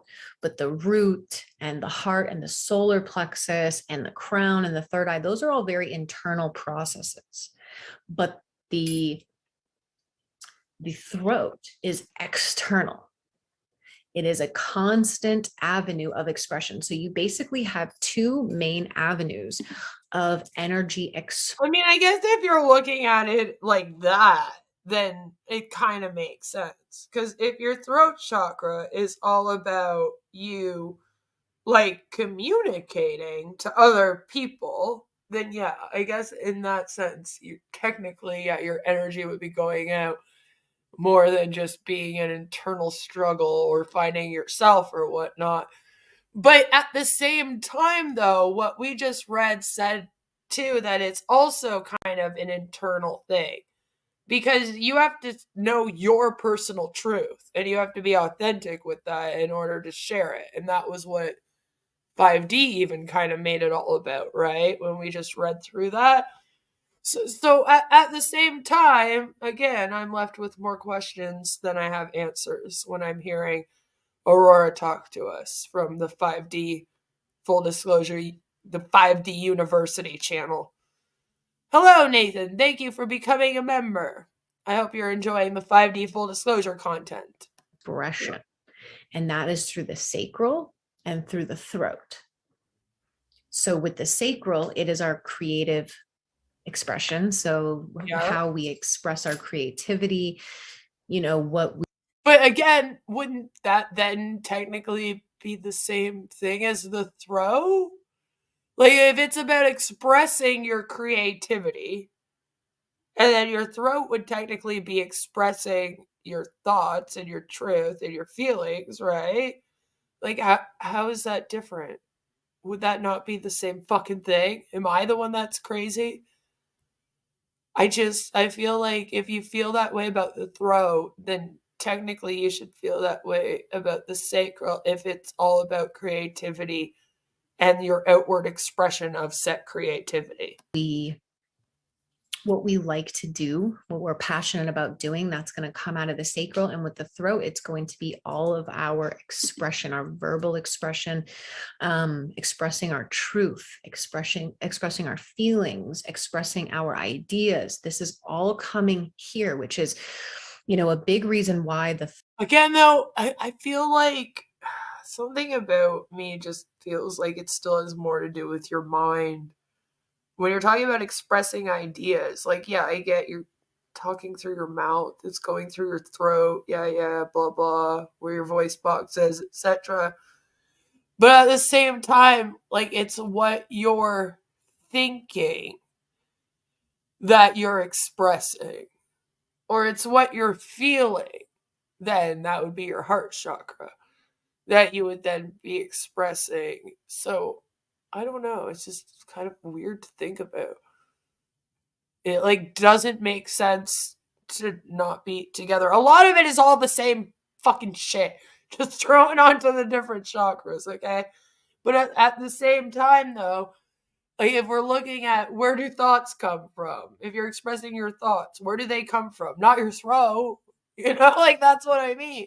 And then like the same with feelings. So yeah, even though you're saying your throat chakra is what expresses your feelings, technically, where do your feelings come from? Where do you feel from? Well, one could argue that would actually be your heart chakra, from your heart. So I'm having a hard time with that. That's why this one's weird, and it made more sense to just keep it about communication of these things and less about expressing the feelings and the thoughts, I guess. Does that make sense? Hello, Nancy. Good to see you. Chakras, Shaka Khan, what the hell? Thank you for opening my eyes to all the freaks in the world. You're welcome. It's more fun to learn about them and laugh than it is to learn about them and be scared. I don't understand a lot of this, because to me a lot of it is like the same kind of new age bullshit. It's so to me like trying to separate it, I guess, into how it would make more sense to somebody with my weird mind. And I just feel like as soon as she says that your throat chakra is all about expressing thoughts and feelings, she completely lost me. I was okay with your throat chakra being about communication, and I wasn't thinking about it any deeper than that's where you talk from, which I think is where they wanted to leave it for that reason. As soon as she went like deeper with it, it almost made less sense to me. And that's what happens when I'm trying to follow these cults oftentimes. I feel like they over explain things where they end up like fucking it up. Okay? They end up fucking it up. And the over explanation ends up confusing me more and making it so that I have more questions. It on passive does the same thing to my brain. When I'm listening to like Ash Mufara talking or a lot of those founders talking, and that's why I compare it to a cult so much. And when I sit here and I listen to Aurora, like quote unquote, further explain, I guess you could say this to us, she just confuses me more. When I read the books, I can get kind of an understanding. Then I listen to them talk, and I'm like, wait, what? Why are you adding all this extra shit to it? throat is probably the most targeted. And when we look at things like COVID or sickness, a lot of these develop in the throat. When we do get sick, when we have colds or flus or anything like that, it will tend to affect the throat. We get sore throats, we get mucus built up, we can feel this area trying to drain. We can actually feel sometimes our throat closing up. That's because there's so many blockages in the throat. All of us have blockages in the throat because throughout our lifetimes here, we have been prevented from speaking. So it's funny to me that the main one that they bring up, and I'll say it again, I keep saying it, is like the throat chakra. They talked about this the most out of all of them. Okay, and I had to search to find them talking about the chakras. They don't that often, even though they keep randomly bringing it up in the readings and have an entire guide about it. And all kinds of like references to it. They don't really go into it as often as you would think. Like they talk about the ascension journey 500 times over. Okay, we're going to listen to their final creation story because we've gone through the writing a couple different times in the past, and we've listened to them tell us the story of their creation now. I believe 2 other times as well. And so now that they have their like newest version from 2022, and it's the last time that they kind of came out and gave us their full story of creation. And we're going to be listening to that, I believe, next week. And then we're going to get into the dragons because there's dragons. Yeah, there's dragons and everything. It gets real fun soon. So, yeah, I think that's going to be some fun, but I don't know. It's so funny to me how I could barely find her talking about the chakras, even though, like I said, it's referenced so many times, and then we're going through a fucking guide of it right now, so you would think it would be mentioned. And then when she does, it's all about the throat chakra, and she brings up the heart chakra very little, when most of this cult is all about the heart. And I just find it very interesting. And it just goes to show that there is nothing, although a lot of it seems repetitive. This is the weird thing. Okay. Although a lot of it seems repetitive, at the same time, nothing is consistent. Okay. So somehow this stuff is very repetitive, but then not at all consistent. Which, for religions, I guess, is pretty normal. Verbal expression, besides creative expression, is one of the most powerful expressions of energy that we can do. Verbal expression is very, very powerful. And so when we look around at 3D and we look around at the dysfunction, we can see why our speech and the way we communicate with one another as humans is very dysfunctional. We can see that when we look around at our societies and around our governments and, anybody who seemingly is in charge. The verbal expression can either be a tool or it can be very detrimental, because lying, covering things up, twisting the truth, that all comes out of verbal expression. And as well as versus empowering speech that can inspire others, that can help others. So there's a lot that goes on with the throat chakra, and suppression is one of the biggest issues amongst humanity. We all feel suppressed. So I want again, funny coming from someone leading a cult, just saying, everyone to kind of feel into, because even if you're someone who is quite verbally expressive, you may realize that you're good at verbally expressing things, but you may not be great at vulnerably expressing, or you may not really be saying exactly what it is you want to say. Maybe you are really good at communicating, you're a good talker, you're good at expressing, but you're not really saying what it is you want to say. You're sugar. So this is funny coming from Lauryn here, especially because if you're not new to my channel and you've seen some of these streams, especially my intros, you've seen her in all of her glory. This is not her real personality and how she talks. She swears a lot more. She doesn't talk in such a high-pitched voice. This is like professional Lauryn here. Aurora, professional Lauryn. And then behind closed doors, when she's not putting on this facade, she actually swears a lot more, talks a little bit more cheaply. She doesn't seem as nice, if you will. So I think it's hilarious that she sits here and talks about how you should authentically be yourself when you're speaking your truth and how you shouldn't sugarcoat things. Because not only is that a bad message, because I'll be honest with you, sometimes it's a good idea to not say things in a rude or cruel way and to be a little bit nicer than maybe, you could be at times. There's nothing wrong with that. Don't take that away from people. Sometimes just don't be an asshole. There's a time and a place sometimes for being an asshole. Sometimes it's better to just not be an asshole. So maybe in certain situations, sugarcoating, not exactly a bad thing.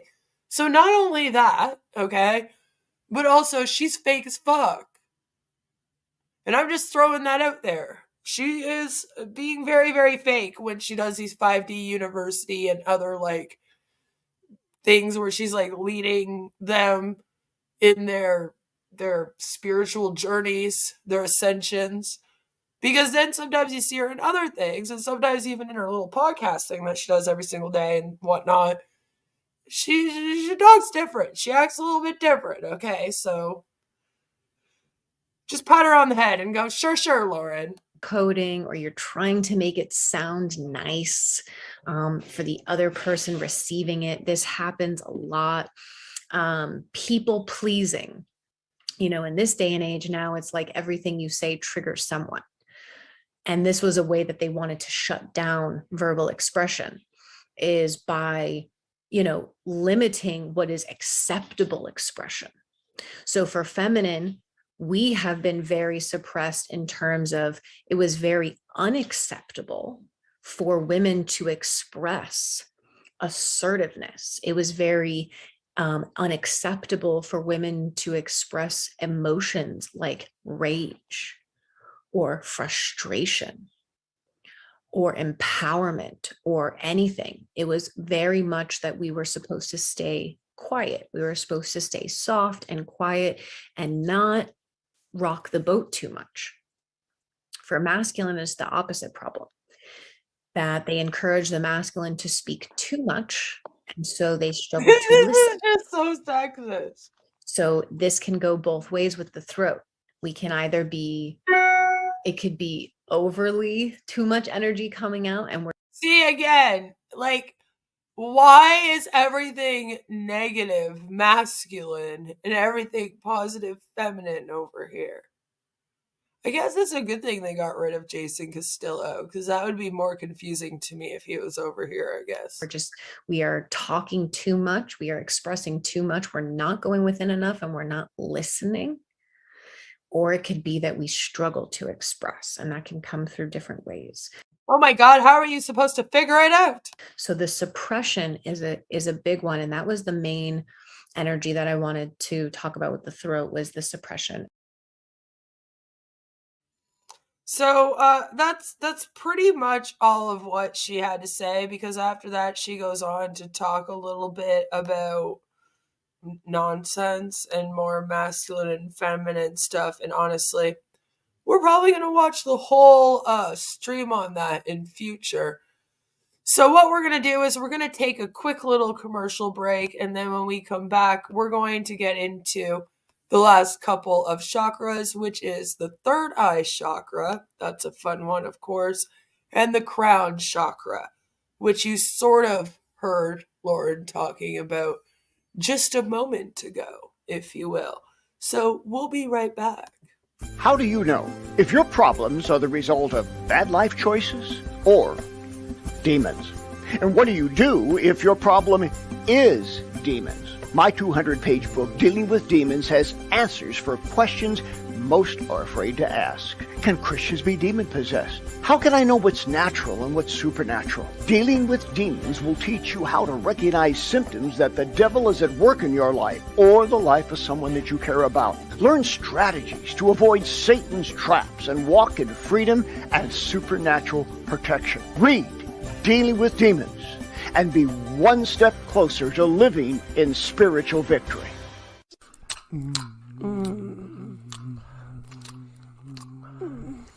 Wait, do you have a condom? You don't have one somewhere?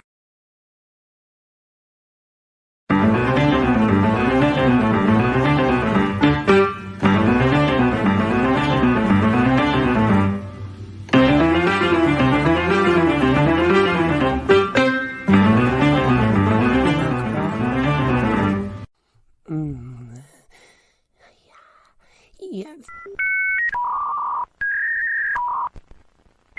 Oi, excuse me there, sir. Do you have these directions? Sure, you just go down that way and make a turn. Don't let her know that your dinger is almost a no-go. Get Tiny Dinger condoms to you discreetly. It's very important to choose the right size, so make sure that you get your tiny size. Don't be caught without a condom. No, no, no. Get Tiny Dinger condoms, a YouTube streamer's favorite brand. Located at your local CVS pharmacy, Rexall, Shopper Drug Smart, Walmart, and in your favorite streamer's nightstand. Are you someone who worships our Lord and Savior, Jesus Christ? Do you believe women owe you what the Virgin Mary refused to give up? Is your life meaningless unless you can experience the touch of a woman, but not just any woman, a true Stacy? Are you tired of gym maxing? Well, we have the perfect solution for you, Giga Chad. Brought to you by the same people who brought you Tiny Dinger condoms, trademarked, a YouTube streamer's favorite brand. We now offer sexual endorphin spray to help attract the perfect Stacy with just a few squirts. No, don't squirt that! Sorry. Today's content is brought to you by Sexual Endorphin Spray, trademarked. Just spray yourself with this fabulous fragrance, and the women won't be able to keep themselves off you. I use a sexual endorphin spray to attract this dumb hoe. She hasn't left my kitchen or my bedroom since, know what I'm saying? Shit smells amazeballs. The fragrance is cool too. It smelled so good, even Grandma loved it.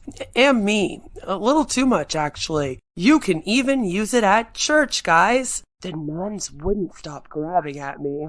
Neither did the pastor's wife. Women will love the scent, guaranteed. He smells so good.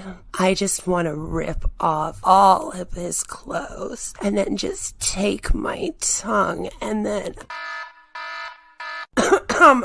Okay then, amen. Grab a bottle for yourself today, along with a box of Tiny Dinger condoms, trademarked, a YouTube streamer's favorite brand, and you'll be posting shorts on YouTube called From Incel to Giga Chad in no time. Sexual Endorphin Spray, trademarked. Be a Giga Chad right away and spray to get your dream Stacy today. Located at Shoppers Drug Mart, Rexall, Hartman's, RX Pharmacy, Home Depot, Chad's R Us, the grocery store, all the damn pharmacies, and in your favorite YouTube streamer's pocket. Now, back to our regular programming.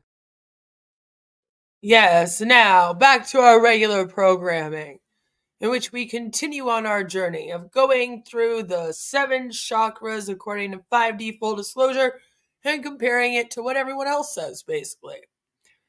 So right now we're on the third eye chakra, which you heard Lauren bring up, kind of, not really, but she sort of brought it up. And as you can see, the color for that one is purple, my favorite color, so I like that. The day of the week they state, 5D full disclosure, says is Saturday. Again, we'll look into that soon. And they say the third eye chakra transcends time. It is located in the brain, at the brow, above the base of the nose. So again, it's like kind of in between your eyes, right? Your third eye. The gift of this chakra is seeing both inner and outer realms. It is our intuitive guidance that connects us to our higher selves. And this is how they kind of add their own 5D full disclosure hoopla beliefs onto it, right? Now it connects us to our higher selves. And again, your higher self is who you're trying to become so that you can go and be close to Source, the good old Source, Mother God, Amy Carlson, you know, that person who is in heaven with the galactics, apparently. The energy of this chakra allows us to experience clear thought as well as gifts of spiritual contemplation and self-reflection. Just don't do any thinking, remember? Through the gift of seeing, we can internalize the outer realms of reality, and with symbolic language, we can externalize the inner world. The energy of the third eye allows us to access our inner guidance that comes from the depths of our being, our higher selves.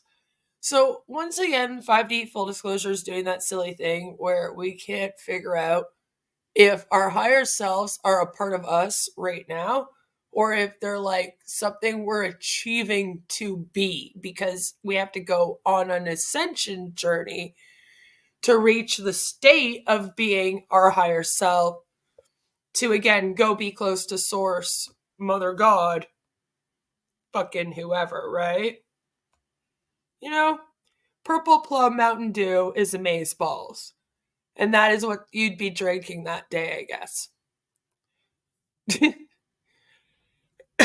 So, like, the cult kind of goes back and forth. And it seems to be whenever it works in the moment, your higher self is a part of you. So here it's, you know, the depths of our being. And then when they're talking about your ascension journey and who you're supposed to strive to be, they claim you're striving to be your higher self, as if that's like a future attainable version of yourself, or one that already exists and exists close to Source. So here they go on to say about your third eye chakra. It allows us to cut through illusion and to access deeper truths. It's all about the truths here, right? To see beyond the mind, beyond the words, into the heart fully. Again, 5D, full disclosure, everything has to do with the heart, which is why it's weird that the heart chakra isn't that important over here, like, at all. The way of the third eye, which again, they're putting things in like quotations, but it's things that they believe in, so I don't understand. But anyway, the way of the third eye is seeing everything as it is from a point of witness or observer, or from simply being heartful moment by moment. It means examining self-limiting ideas and developing wisdom that comes from a perspective that transcends the duality of good or bad, black or white. It means seeing and helping others to see the deeper meanings of the situations in their lives. They're putting a lot on this chakra now, of course. This chakra opens up your heart and brain to information beyond the material world and the five senses. It's bolded, so I'm assuming that they're yelling that at you. Extrasensory perception, intuition, or psychic energy all come from the third eye. Usually the third eye is all-knowing, but sure, maybe it's about psychic energy. There is actually a small pine cone-shaped gland in your brain that takes in light. This gland, the pineal gland, is responsible for helping you feel awake in the daytime and sleepy at night. And that's all they tell you about with it. So I guess do what you want with that information, guys. They go on to say what balanced feels like.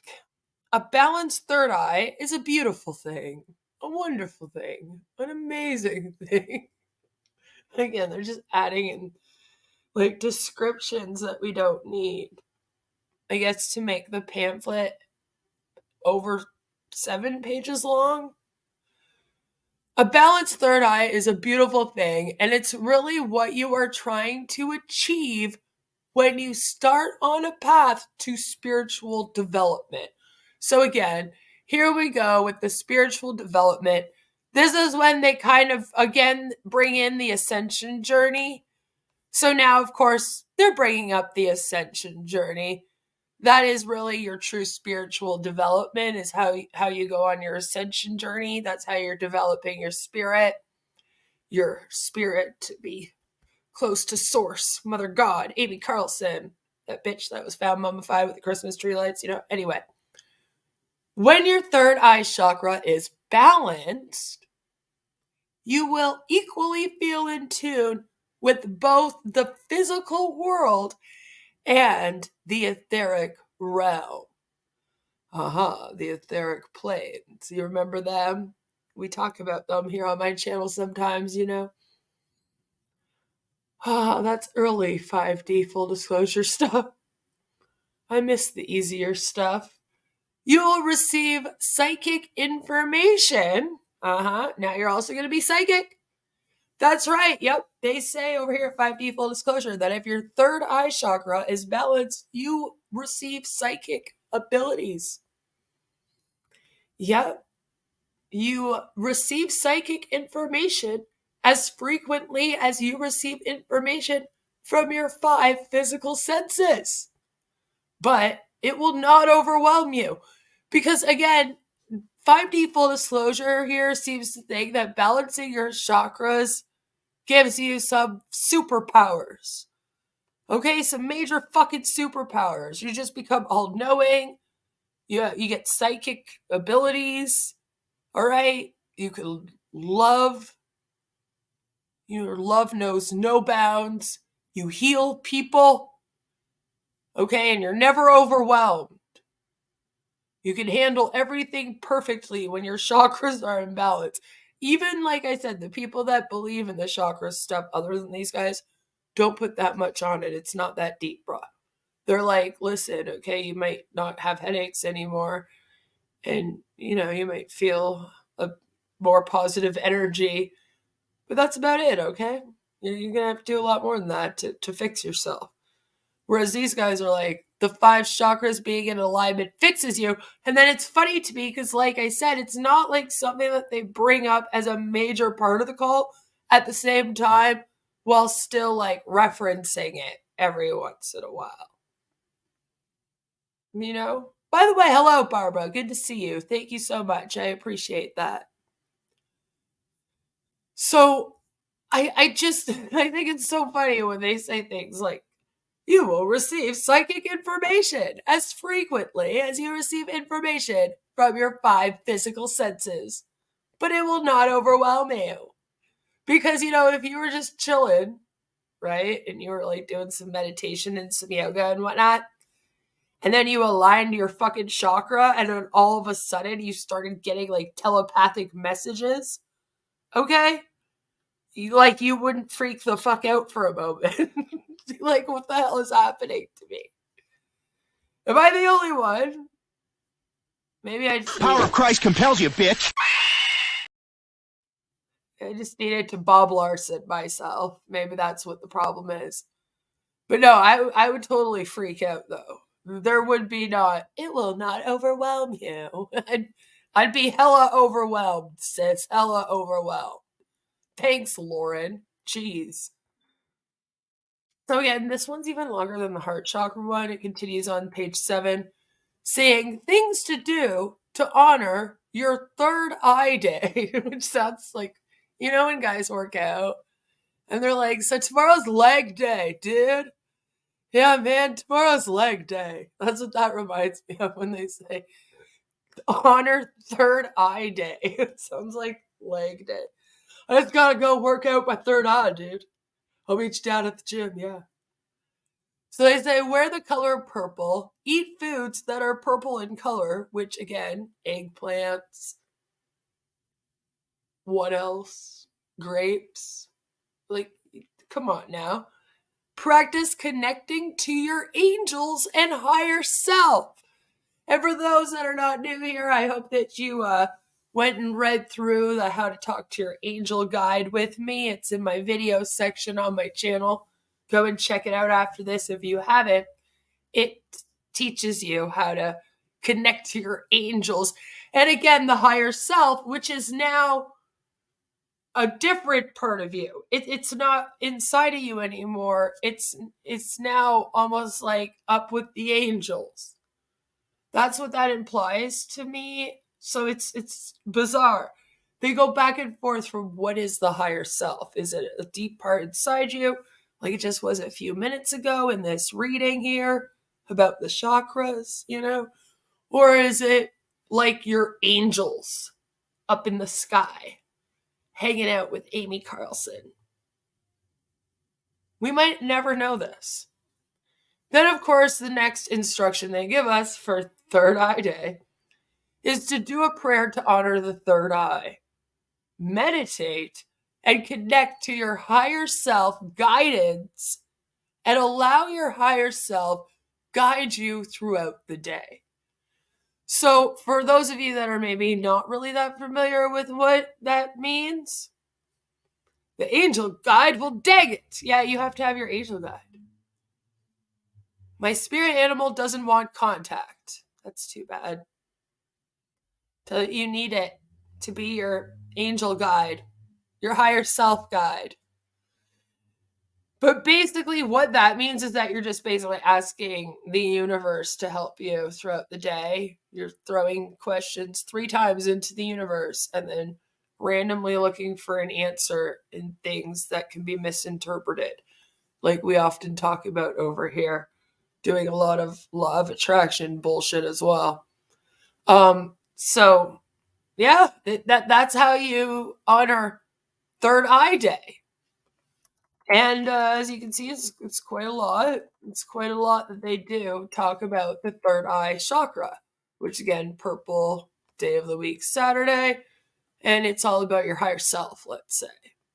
All right. All about contemplation, self-reflection, getting to know yourself, your higher self, if you will. And the color is, of course, purple. So now let's just go over and take a little look-see at what Healthline has to say. So it brings up the third eye chakra. As you can see, the color is indigo. Not quite purple, but close. And the location is between the eyes on the forehead, which is why it's also known as the brow chakra.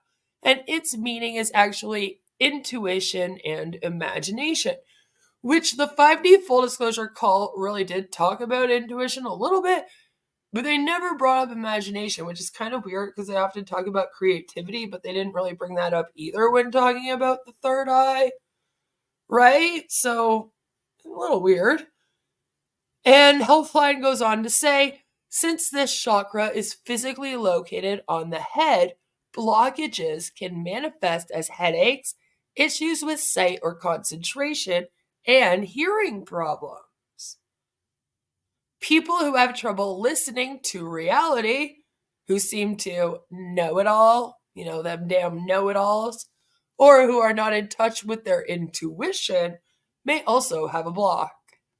I wish that all the problems could just be solved with clearing a chakra. That would be wonderful. When open and in alignment, it's thought that people will follow their intuition and be able to see the big picture. So, it's not completely what 5D said, mainly because 5D was trying to add, like, the fucking spiritual journey that they want people to go on.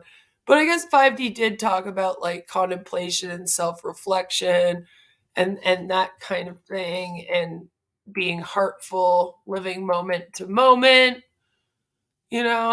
so I guess they kind of brought up that. They talk about intuition, but it's more about psychic energy than anything else with 5D. So I guess it is a little bit different than what Healthline was saying, although it does pull, My magic 8-ball is always correct. I'm sure it is, Scam Champ. Queen, this is starting to sound like work. Well, that's too bad for you, isn't it? But, like, again, their version of intuition at 5D is more about psychic abilities. Let's take a look at what the Mind Valley has to say about the third eye chakra. So, as you can see, they're showing it here. And where they show it is kind of weird. I think it's down a little bit more. But the color is indigo, again, so not quite purple. Kind of a purpley color, I guess. Some people might argue indigo looks purple. They say it's between the eyebrows, extending to your brain's pineal gland. And the yoga pose is the dolphin pose or the lotus pose. And they say that the infamous third eye chakra, which is translated to ajna, I'm probably saying that wrong, roughly translates as beyond wisdom. Mind Valley says this is because this mystic energy center opens you up to expanded states of consciousness. So this is where some of this like psychic energy stuff is coming from. Mind Valley is very much about opening up your mind to do like psychic shit. So it doesn't really surprise me that that's what they're talking about over here when it comes to the chakras as well, right? They say they go way beyond the 5 senses in the material world we live in. Extrasensory perception, intuition, and psychic abilities are all born from the third eye. Sounds a lot like 5D, doesn't it, over at Mind Valley, which I just recently brought up on my channel. You know, the Mind Valley in the YouTube ad video, check that out as well if you haven't yet. This is because of the brain's small yet extremely powerful pine cone shaped gland. Funny, that's exactly what 5D full disclosure said. It sits just behind ajna and goes by the name of the pineal gland. Furthermore, long before brain imaging, many ancient cultures knew about the third eye's presence. They believed it to be our human connection to the divine. So this is where, of course, they're getting a lot of the psychic stuff from. When your third eye is balanced, you'll feel in tune with the physical and spiritual world. You'll also be able to connect with both your ego and your soul. So again, the Mind Valley people, they believe very much similar to what the 5D full disclosure people believe over here in terms of the psychic ability. And they even sort of believe in the ego. It's just, to them, it doesn't have to do with Amy Carlson. It's just the bad parts of your mind and your subconscious, if you will. But as you can see, if you look at the purple third eye chakra, the day of the week they say it's associated to is Saturday. And the thing is that when I looked it up, they said that the brow chakra is actually associated with Monday, Thursday, and Friday. And I just think it's funny how they are literally always wrong about the days of the week, no matter what. So they say over here on naturalchakrahealing.com, the Ajna chakra is located with the days Thursday and Friday, and also Monday for its lunar association. As we move into the higher chakras, the energies become more subtle, and in that sense, any one particular day of the week is not necessarily more or less better for working with these upper chakras. But particular days are assigned based on energetic correlations. I like this one because it explains it a little bit, right? One can obviously work with any chakra for any purpose on any day of the week. But when working with upper chakras, the associated days listed will provide additional benefit in general. The brow or third eye chakra relates to one's inner vision, as well as higher knowledge or intellect, which is what I remember it being associated with. It's usually higher knowledge or intellect and spiritual wisdom, intuition, and insight. All of that makes sense to me. It's just 5D full disclosure has to take that, go one step further with it, right? And be like, and it makes you psychic. It actually really does, though. The energy of the Ajna Chakra center in relation to these qualities is connected to the idea of expansiveness and exploration through the inner senses, spiritual vision, or the mind's eye, which your third eye is considered the mind's eye, right? So that's why the whole being connected to intellect, spiritual wisdom of any kind, intuition, insight, and all that, that makes sense to me. They go on to say the planet Jupiter is the planet of expansion, higher wisdom, and travel, which governs the day of Thursday.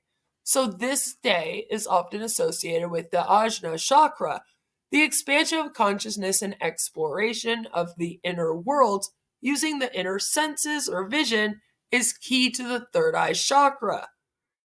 They say the moon is associated with the brow chakra as well. And as we know, the moon is Monday. The third eye is the gateway to the hidden inner world. And the moon is associated with the subconscious or a hidden inner world, oftentimes related to mystery and the shadow aspect of self. Any chakra work related to enhancing or awakening the psychic abilities or clearing away anything that hinders intuition or truth may be beneficial on a Thursday, and especially powerful on Monday or any day when there is a powerful moon. And reading that part really makes me laugh that 5D full disclosure then picked Saturday. Because in my mind, based on what we just read, they really should have been picking like Thursday or Monday. So I don't know how the fuck we got Saturday, other than, like I said, they started in this thing on Monday. There's 7 of them, 7 days of the week, so now they're just going in order. It's kind of silly, though. So, again, anything that hinders intuition or truth may be beneficial on a Thursday and especially powerful on Monday or any day when there is a powerful moon. In the light of day, the sun, we see with our conscious awareness that which is visible externally with our outer physical eye, but in the darkness of night, the moon illuminates, and with our inner eye, we are able to then see what was previously invisible. By delving into the depths of the subconscious mind, which is, I guess, also known as the shadow side, the truth is revealed and we are guided forward and inward on the path of enlightenment. And to 5D full disclosure, I don't know why they wouldn't have read that, taken that, and then used it. But I'm thinking maybe they thought that with this one, the day was Saturday because they read over here about the day of light, the sun, and maybe just decided that that had to do with Saturday instead of Sunday or something. I don't know. I'm trying to make it make sense, and it just doesn't. It just doesn't. I'm sorry. But to 5D full disclosure, their path of enlightenment would, of course, be their ascension journey, right? Their spiritual journey of awakening.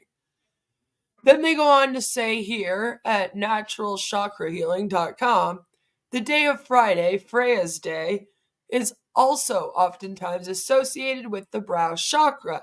Friday is associated with the planet Venus, which is the planetary ruler of the brow chakra. At least here there's some kind of consistency with what, like, planets are associated with what days. You know, at least there's that. The 5D full disclosure cult does not really have that. And since they had to add their own hoopla to it, it's very bizarre. Now we're on the very last one, which is the crown chakra. And the crown chakra is kind of funny because they say that its colors are also purple, apparently, purple, even though technically the last one should have been indigo, I'm just saying, but whatever. The colors for the crown chakra, according to 5D full disclosure, is white or purple. And the day of the week for it is Sunday, because again, we just went Monday for root, Tuesday for sacral, Wednesday for solar, Thursday for the heart, Friday for throat, Saturday for the third eye chakra. So that means the crown chakra must be Sunday. Which is weird, because usually people start the days of the week on Sunday. You still would have been wrong, but it would have made at least a little bit more sense to me. But according to 5D full disclosure, they say the day of the week for the crown chakra is Sunday. And then they sort of like bust out into being authors all of a sudden. It's a little bit bizarre how this next part reads in comparison to like the rest of their document here. They say the 1,000 petals represent the connection to the divine, our unity with other beings and the universe. The lotus flower symbolizes prosperity and eternity of these integral connections. I know, you're like, whoa, why are we getting so poetic, right? The crown chakra is the 7th chakra, the last one, thank God, and it is at the top of the chakra ladder, which I'm like, yeah, obviously, thanks, which starts from the root chakra that grounds us on the earth and progresses upward to the crown chakra, which connects us with the universe and the divine source of creation. Again, here to them, the divine source of creation, or who they call source for that reason, that's why they call her source, is Amy Carlson, Mother God. So that's how they kind of put their weird cult stuff onto the chakras here. The crown chakra is located at the crown of the head. Kind of funny, right? The gift of this chakra is experiencing unity and the selfless realization that everything is connected at a higher consciousness level. This chakra is pure consciousness energy, our connection to source consciousness, Mother and Father God. Again, they bring up the Father God here as if it's a different person. So it's like a little bit of remembering Jason Castillo in these, which we won't see often, especially going forward. The crown chakra is one of those energies that's hard to explain. You can think of it like magnetism. When you hold a piece of metal to a magnet, you can feel the energy and tension. Now we want to bring up science, huh? Right now we want to use science in the cult. I see. Yeah, okay. But you can't see it. Consciousness energy is everywhere and in everything. It connects us to the entire universe. Our own personal consciousness is located in the 7th chakra, but it's really more like the seed of a universal energy than something personal or individual. So it's funny to me because this one to me is more about the mind. Like this is like your mind chakra, you know, other than your third eye. This is like the rest of your mind, if you will. And so it's just funny that they immediately want to take away the individuality of it as a cult, I guess. You know, ironic. The energy of this chakra allows us to experience mystical oneness with everyone and everything in nature and all of creation. That's when we go, Kumbaya, my Lord, Kumbaya, you know, but we don't. There is no intellectual knowing at the level of 7th chakra, which again is weird because to the 5D full disclosure call, there is very much like intellectual knowing. Like you should be able to get to know the truth. They keep talking about the truth, knowing the truth, speaking the truth. the truth versus what they, them, the others believe in, the cabal, right? And how the cabal and how you got indoctrinated into your way of thinking, and now you have to join the cult for them to help, stop that process and all of this. You got to shed your ego, and then you can think about the truth and all that. So it's kind of funny to me that like that's all going on, which would be considered like intellectual knowing, if you ask me. And then here they are going, there's no intellectual knowing at the level of 7th chakra. Because technically, wouldn't there be? I'm just saying.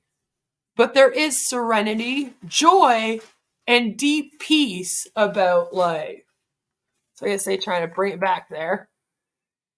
So they go on to say, when balanced, as in when your crown chakra is in balance, you have a sense of knowing that there is a deeper meaning of life and that there is an order that underlies all of existence. You allow higher downloads of information that transcend intellectual learning. Which again, technically that's bad because remember, thinking bad. Don't think. Learning would be thinking, and intellectual learning is very bad. You shouldn't be doing that. That's part of ego, right? You're supposed to be feeling with your heart, not thinking with your mind. The way of the crown chakra, which they're doing that thing where they're putting it in quotations again when it's what they fucking believe. But the way of the crown chakra is the way of going beyond the limits of your own ego. It is the way of transcending the ego and knowing that all of creation is interconnected at a higher multidimensional level. Like, oh, okay. So again, we're bringing the ego into this. Like I said, it's the way of going beyond the limits of your own ego. So it's funny to me that even though the crown chakra like represents your head, your mind, and thinking and all that, that somehow they are still giving it like a bit of a positive spin in a way, even though the ego's bad. They're saying that the crown chakra goes beyond the limits of your ego, and they want you to do that, right? They don't want you to be staying in your ego way of thinking. That's bad too. It's just interesting to me how they've like made this fit with their belief system. It is the way of transcending the ego and knowing that all of creation is interconnected at a higher multidimensional level, which is, of course, all created by Source, Mother God, Amy Carlson. Things to do to honor your crown chakra day. Because you have crown chakra day. Imagine. Is it a holiday? Like, do we get that day off work? Because then I might be down for it. I'm just saying. Wear the colors white or purple, of course, because those are the colors of this chakra, apparently. Eat food that are purple in color, but they don't bring up white, so I guess not white food, just purple food again. That would be awful if you're doing this for a week, because then you're eating just purple food for both Saturday and Sunday now. Because purple was also the color of the last one, right? Your third eye chakra. And now it's the color of your crown chakra. So if you're only eating foods that are that color, damn it, they should have included white. At least you would have had more of a selection on Sunday. Now you're just eating purple all weekend. Then they say practice channeling information or messages from the angels or other galactic beings, which we're going to get into in future, like, the dragons and whatnot. Or Robin Williams, who I like to think rides the space shuttle for us. That's who controls the space shuttle and comes and gets us and takes us up to heaven to be with Amy Carlson, Mother God, right? Then they go on further, which, by the way, channeling information or messages from the angels, again, go and check out my video on how to talk to your angels / higher self. That will tell you how to do that. It's a lot of like just thinking and then looking for the answers. So now they go on to give us more instructions on how to honor Crown Chakra Day, which sounds like kind of a fun holiday. I don't know. Let me know down below if you'd be down with having all of these as a holiday. So they say, be out in nature to feel the oneness connection. Which, I mean, that's simple enough. You just go outside. I know for some people that might be hard, but for most of us, probably should go touch grass more. I'm just saying. And then, like with all of them, they say, or do a prayer to honor the crown chakra and our connection to Mother and Father God. Which, again, it's interesting that they bring up, like, Father God, but I guess you would just be like, Dear Mother God, thank you so much for creating me and for letting me go on this ascension journey. I love my crown chakra and you. Amen. And then that would be what you do. And that, by the way, is the end of this guide. And as you can see, they also put a lot about the crown chakra. It's a little bit over a page long. So remember, crown chakra, it's all about your intuition, all about source somehow, your connection to all of nature, everyone in the world, and source. And according to 5D Full Disclosure, the colors are white or purple, and the day of the week is Sunday. And they're very poetic about it here. Let's just read through that one more time, just for fun. The 1,000 petals represent the connection to the divine, our unity with other beings and the universe. The lotus flower symbolizes prosperity and eternity of these integral connections.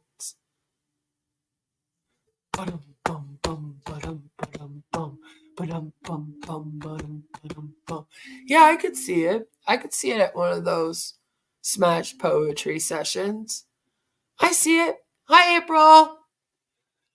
April says, I'm honestly starting to wonder if they even believe their own shit. Right? Sometimes, because it makes no sense. I'm like, okay, but you butchered this. How do you believe this? And then you also believe that. And just a lot of times it doesn't make sense. A good scam needs deep deception tactics. Yes, it does. Pick a day, pick a chakra. Pretty much, as every day allegedly represents a chakra. So now, just for some fun, I say we go and we see what the other websites have to say about it.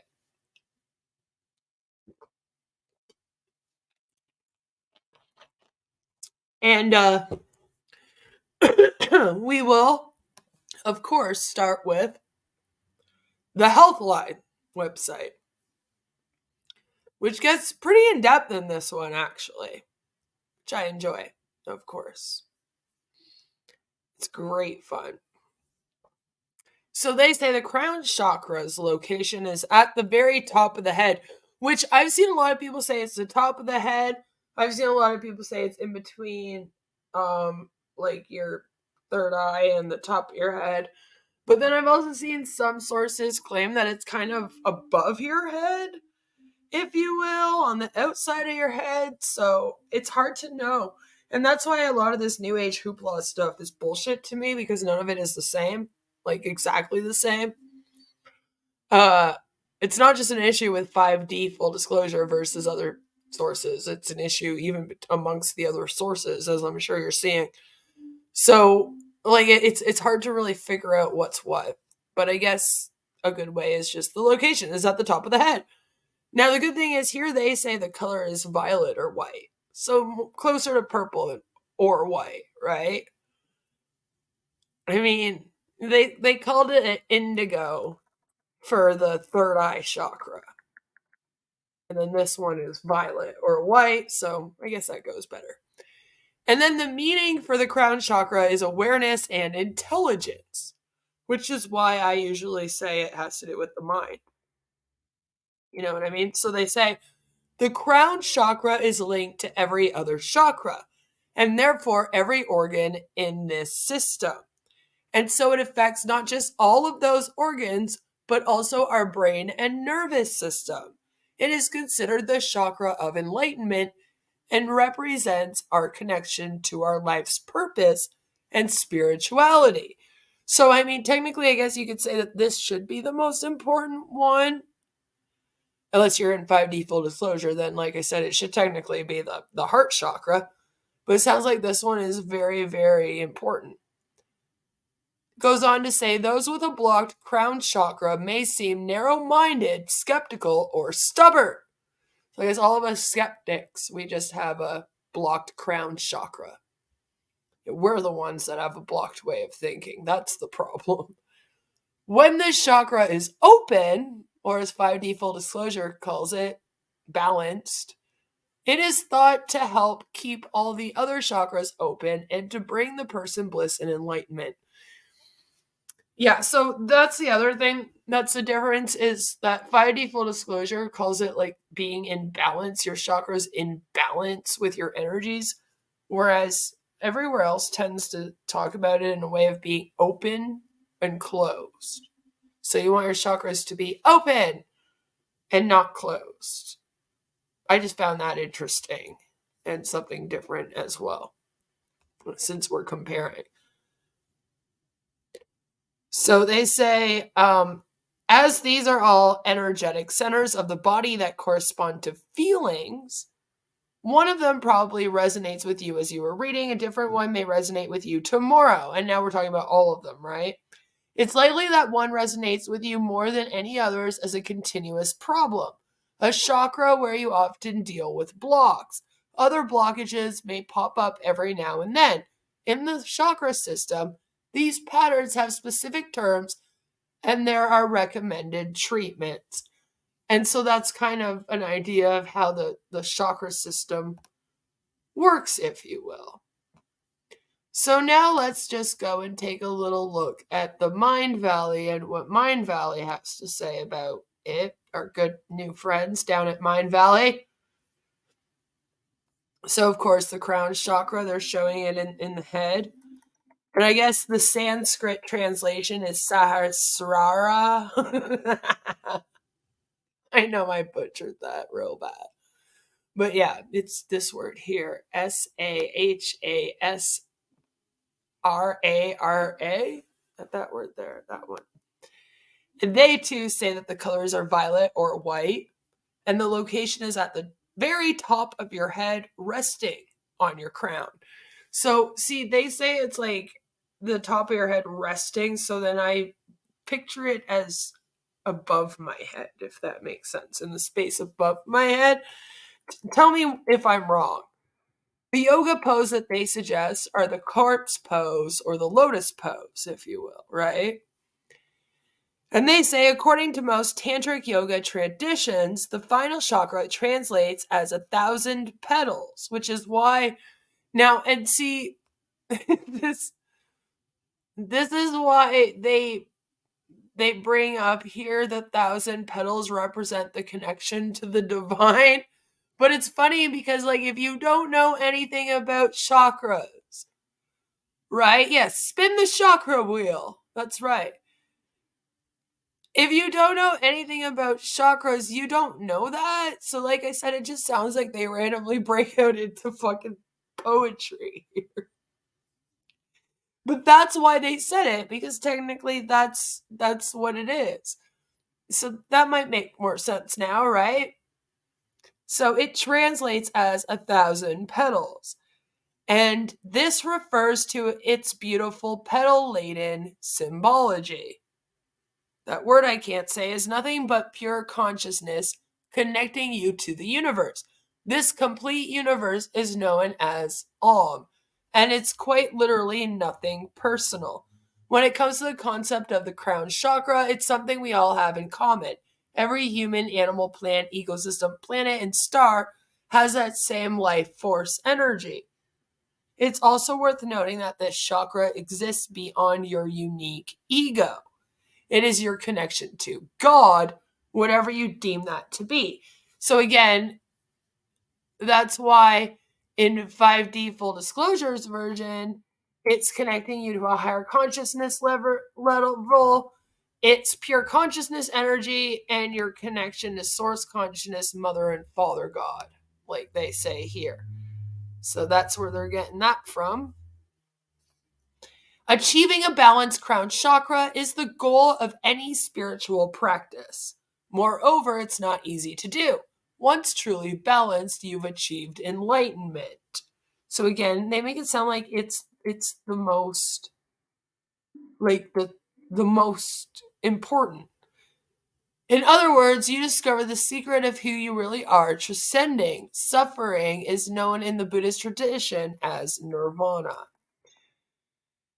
And I'm going to leave this down below so that you can come and check it out, because it goes on to talk about like why they get blocked, which they have a whole list here, why multiple chakras block together. So if that's something you want to like learn about, you can come and learn about it. But basically, I just wanted to quickly show you before we left this page that it's not that far off how you clear these chakras or open them up, however they put it, to what these guys are saying in 5D Full Disclosure. As you can see, they say, here are a few ways that come highly recommended for how you can unblock and open your chakras.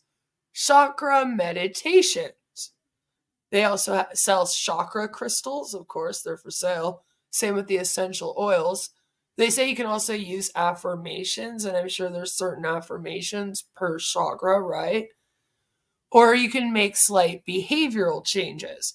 So it's not that different than what 5D Full Disclosure is saying. Again, the 5D Full Disclosure cult is kind of saying very similar. They're just adding their cult onto it more. Right? Now, the good news, though, is that for once, yay, crystals! Yes, crystals. Crystals come in handy here. We're going to get into the crystals in future as well. They have all kinds of crystal stuff out there. We're going to be reacting to videos of them talking about it and all kinds of fun stuff. So, the good news is, for the first time, guys, for the first time ever in this whole document, the whole thing, the 7 chakras that 5D Full Disclosure wrote, they finally got the day of the week right. Yay!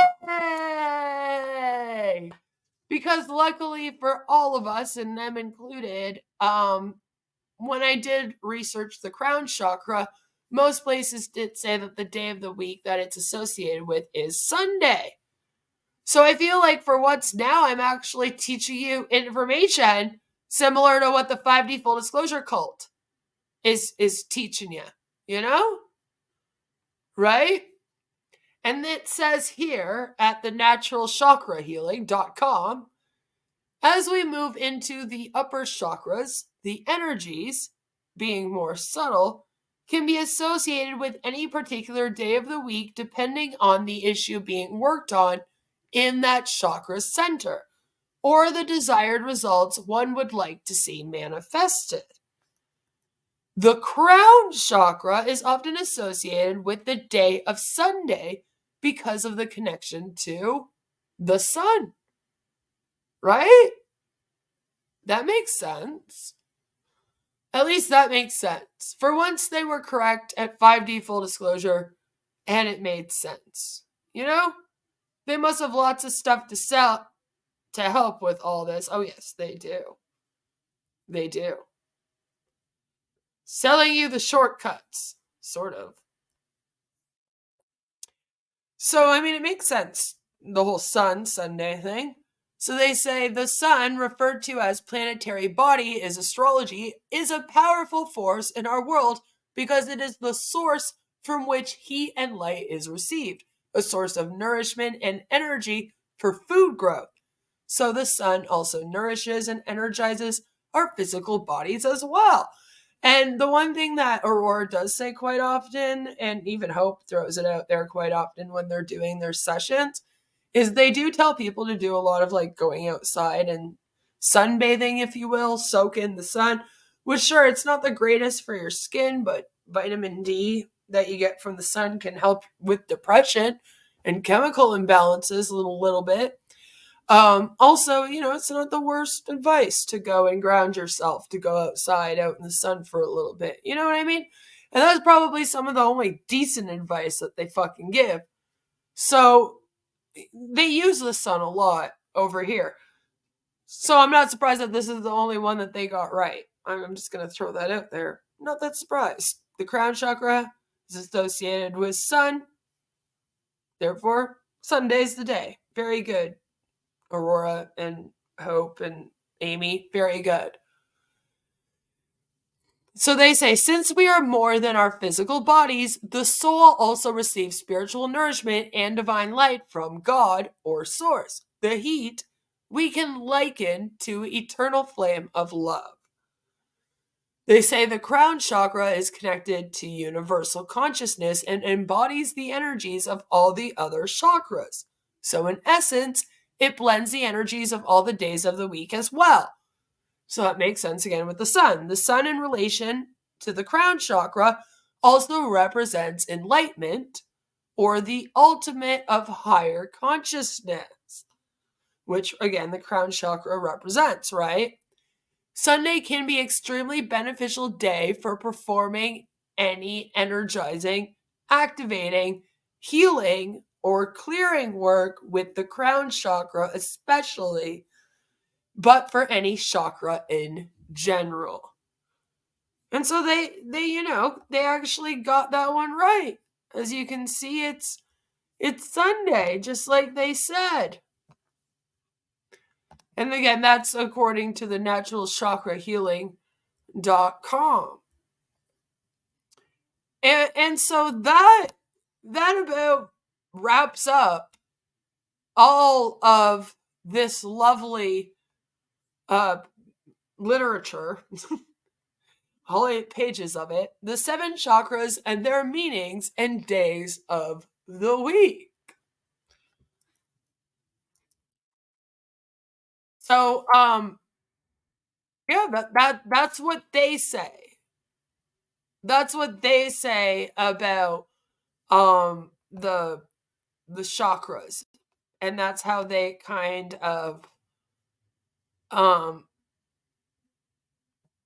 do I say teach it to us, right? That's how they teach it to us. And then, of course, if you want more information, you can come over here and you can go to the shop at the 5D Full Disclosure Cult. And they sell you some books like What's Your Vibe, which is by Aurora, as you can see. The Vibrational Scale of Emotions. You can buy it at Amazon for $4.99 US. Or you can get Full Disclosure, The Whole Truth Heals, also by Aurora. 5D Full Disclosure, Whole Truth Heals. It's $22.22, which makes the most sense for this cult. The Tree of Life, A Creation Story by Aurora. You can get that at Amazon for $3.99. Or you can also get this, I Am Good Enough. One Non-Guru's Path to Spiritual Awakening. No trip to India required. Funny, right? And that one is actually by D.D. Scott. And that one is $7.99 on Amazon. Right? If you think that you need some more help with your ascension journeys, you can always go to the website and take some of their future classes. As you can see, they have etheric surgery seminar tomorrow at 4 p.m. Eastern. It will be an etheric body and energetic detox to assist with higher self-embodiment. The Angel Chip Activation Seminar is from the 20th to the 21st of January. And then, of course, you have sessions with them. So if you want an accession session for your ascension journey, you can always get one for $88.88. An energetic body reading is $77.77 US. You can get quantum astrology session for $111.11. Or you can get a custom astrology consultation for $144. It's fully disclosed. Maybe. You did the night for $4.99? That's too bad. I'm sorry to hear that. So that's just some of the stuff that they have coming up.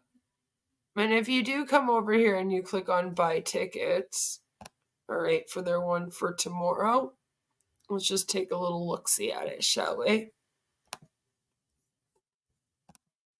It's great fun. It says, about the event. Our etheric surgery sessions were designed by the Divine Mother, plus her galactic healing team, which includes Robin Williams and Hitler and Jesus. All on the same team, by the way. And Trump. He's allegedly there too. There's a whole bunch of people on it. We got into that in earlier Love Has Won videos. These etheric surgeries are led by your higher self, along with the galactics, plus your angels. Those ones that you got to learn how to talk to, right? This healing is all done on your higher self, plus etheric body first, in order to heal the energetic body where all distortions, plus pain, stem from. The energetic body must heal first before it manifests into the physical. This can be best described as a full etheric body detox. You need to detox your body in this way as much as you need to take detox teas from It Works, the multi-level marketing company, to detox your body. Don't do it. Your body will be fully clear so the higher self can start integrating into the physical body. Yeah, and see, so this is what I mean when I say it sounds like they are talking a little doomsday-ish and like we're coming to the end of our ascension journeys because they're doing things like this and talking about how you are now bringing your higher self into your physical body, which again is the last step before you die and go see Mother God. So I'm a little scared.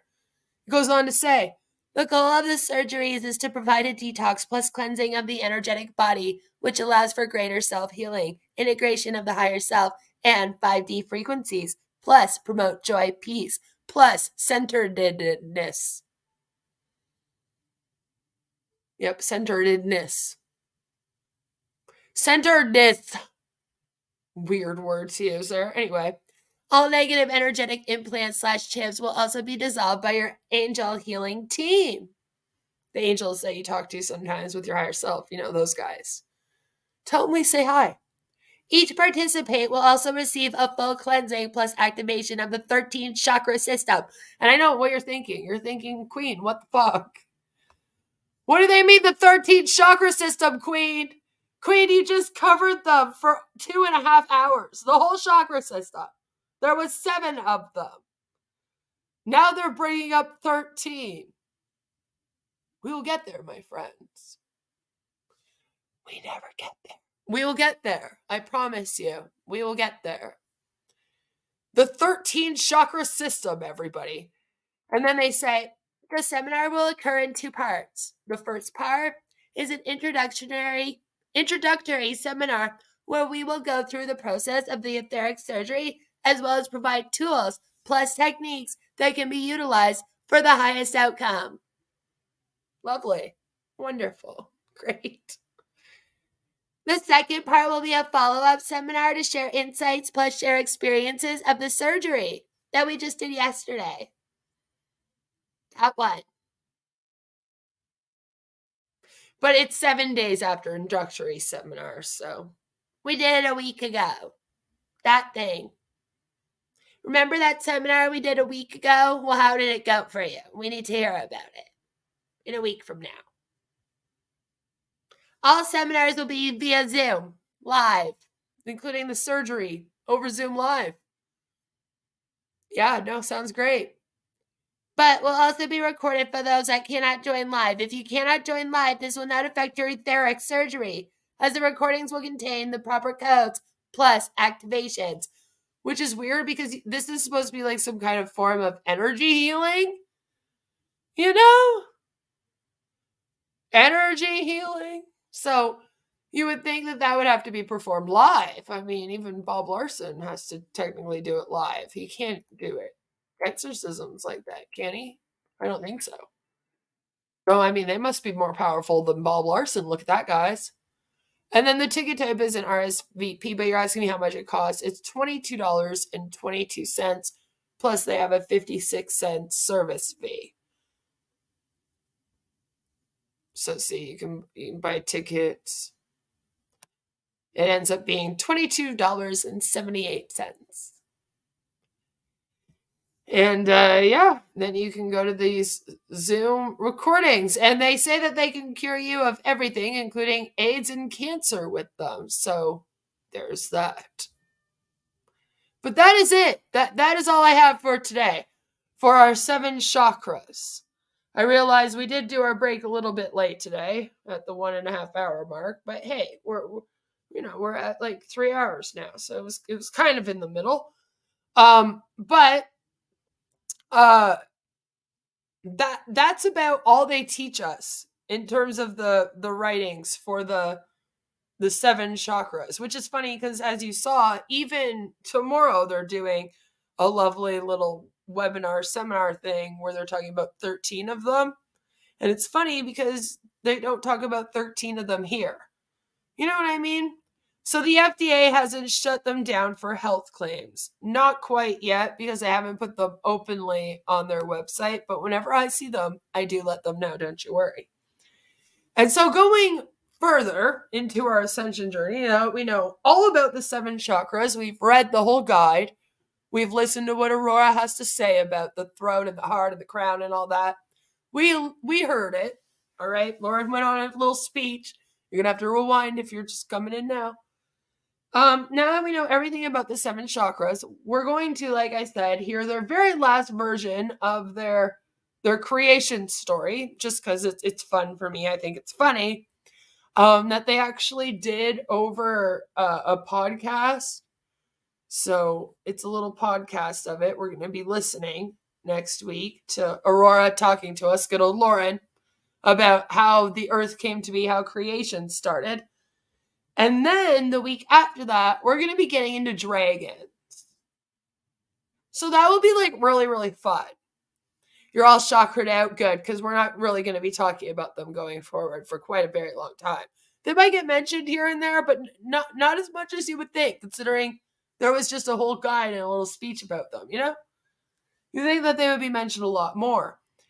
But we are going to be continuing down our ascension journey as if we ourselves have joined this cult and we're now trying to learn everything there is to learn that they would want us to learn so that, we can die with them. Because if she dies, we all die. That's why she's still here. And the people that don't see her as God, that don't want to admit it, they don't feel it, whatever. Oh God, that aged awful, didn't it? That aged horribly. Because she isn't here anymore. So now what? Well, I guess that's what we're going to be getting into next week. So make sure that you do not miss that. And no matter where you are, whatever you're doing, I hope that you have a fabulous rest of your day.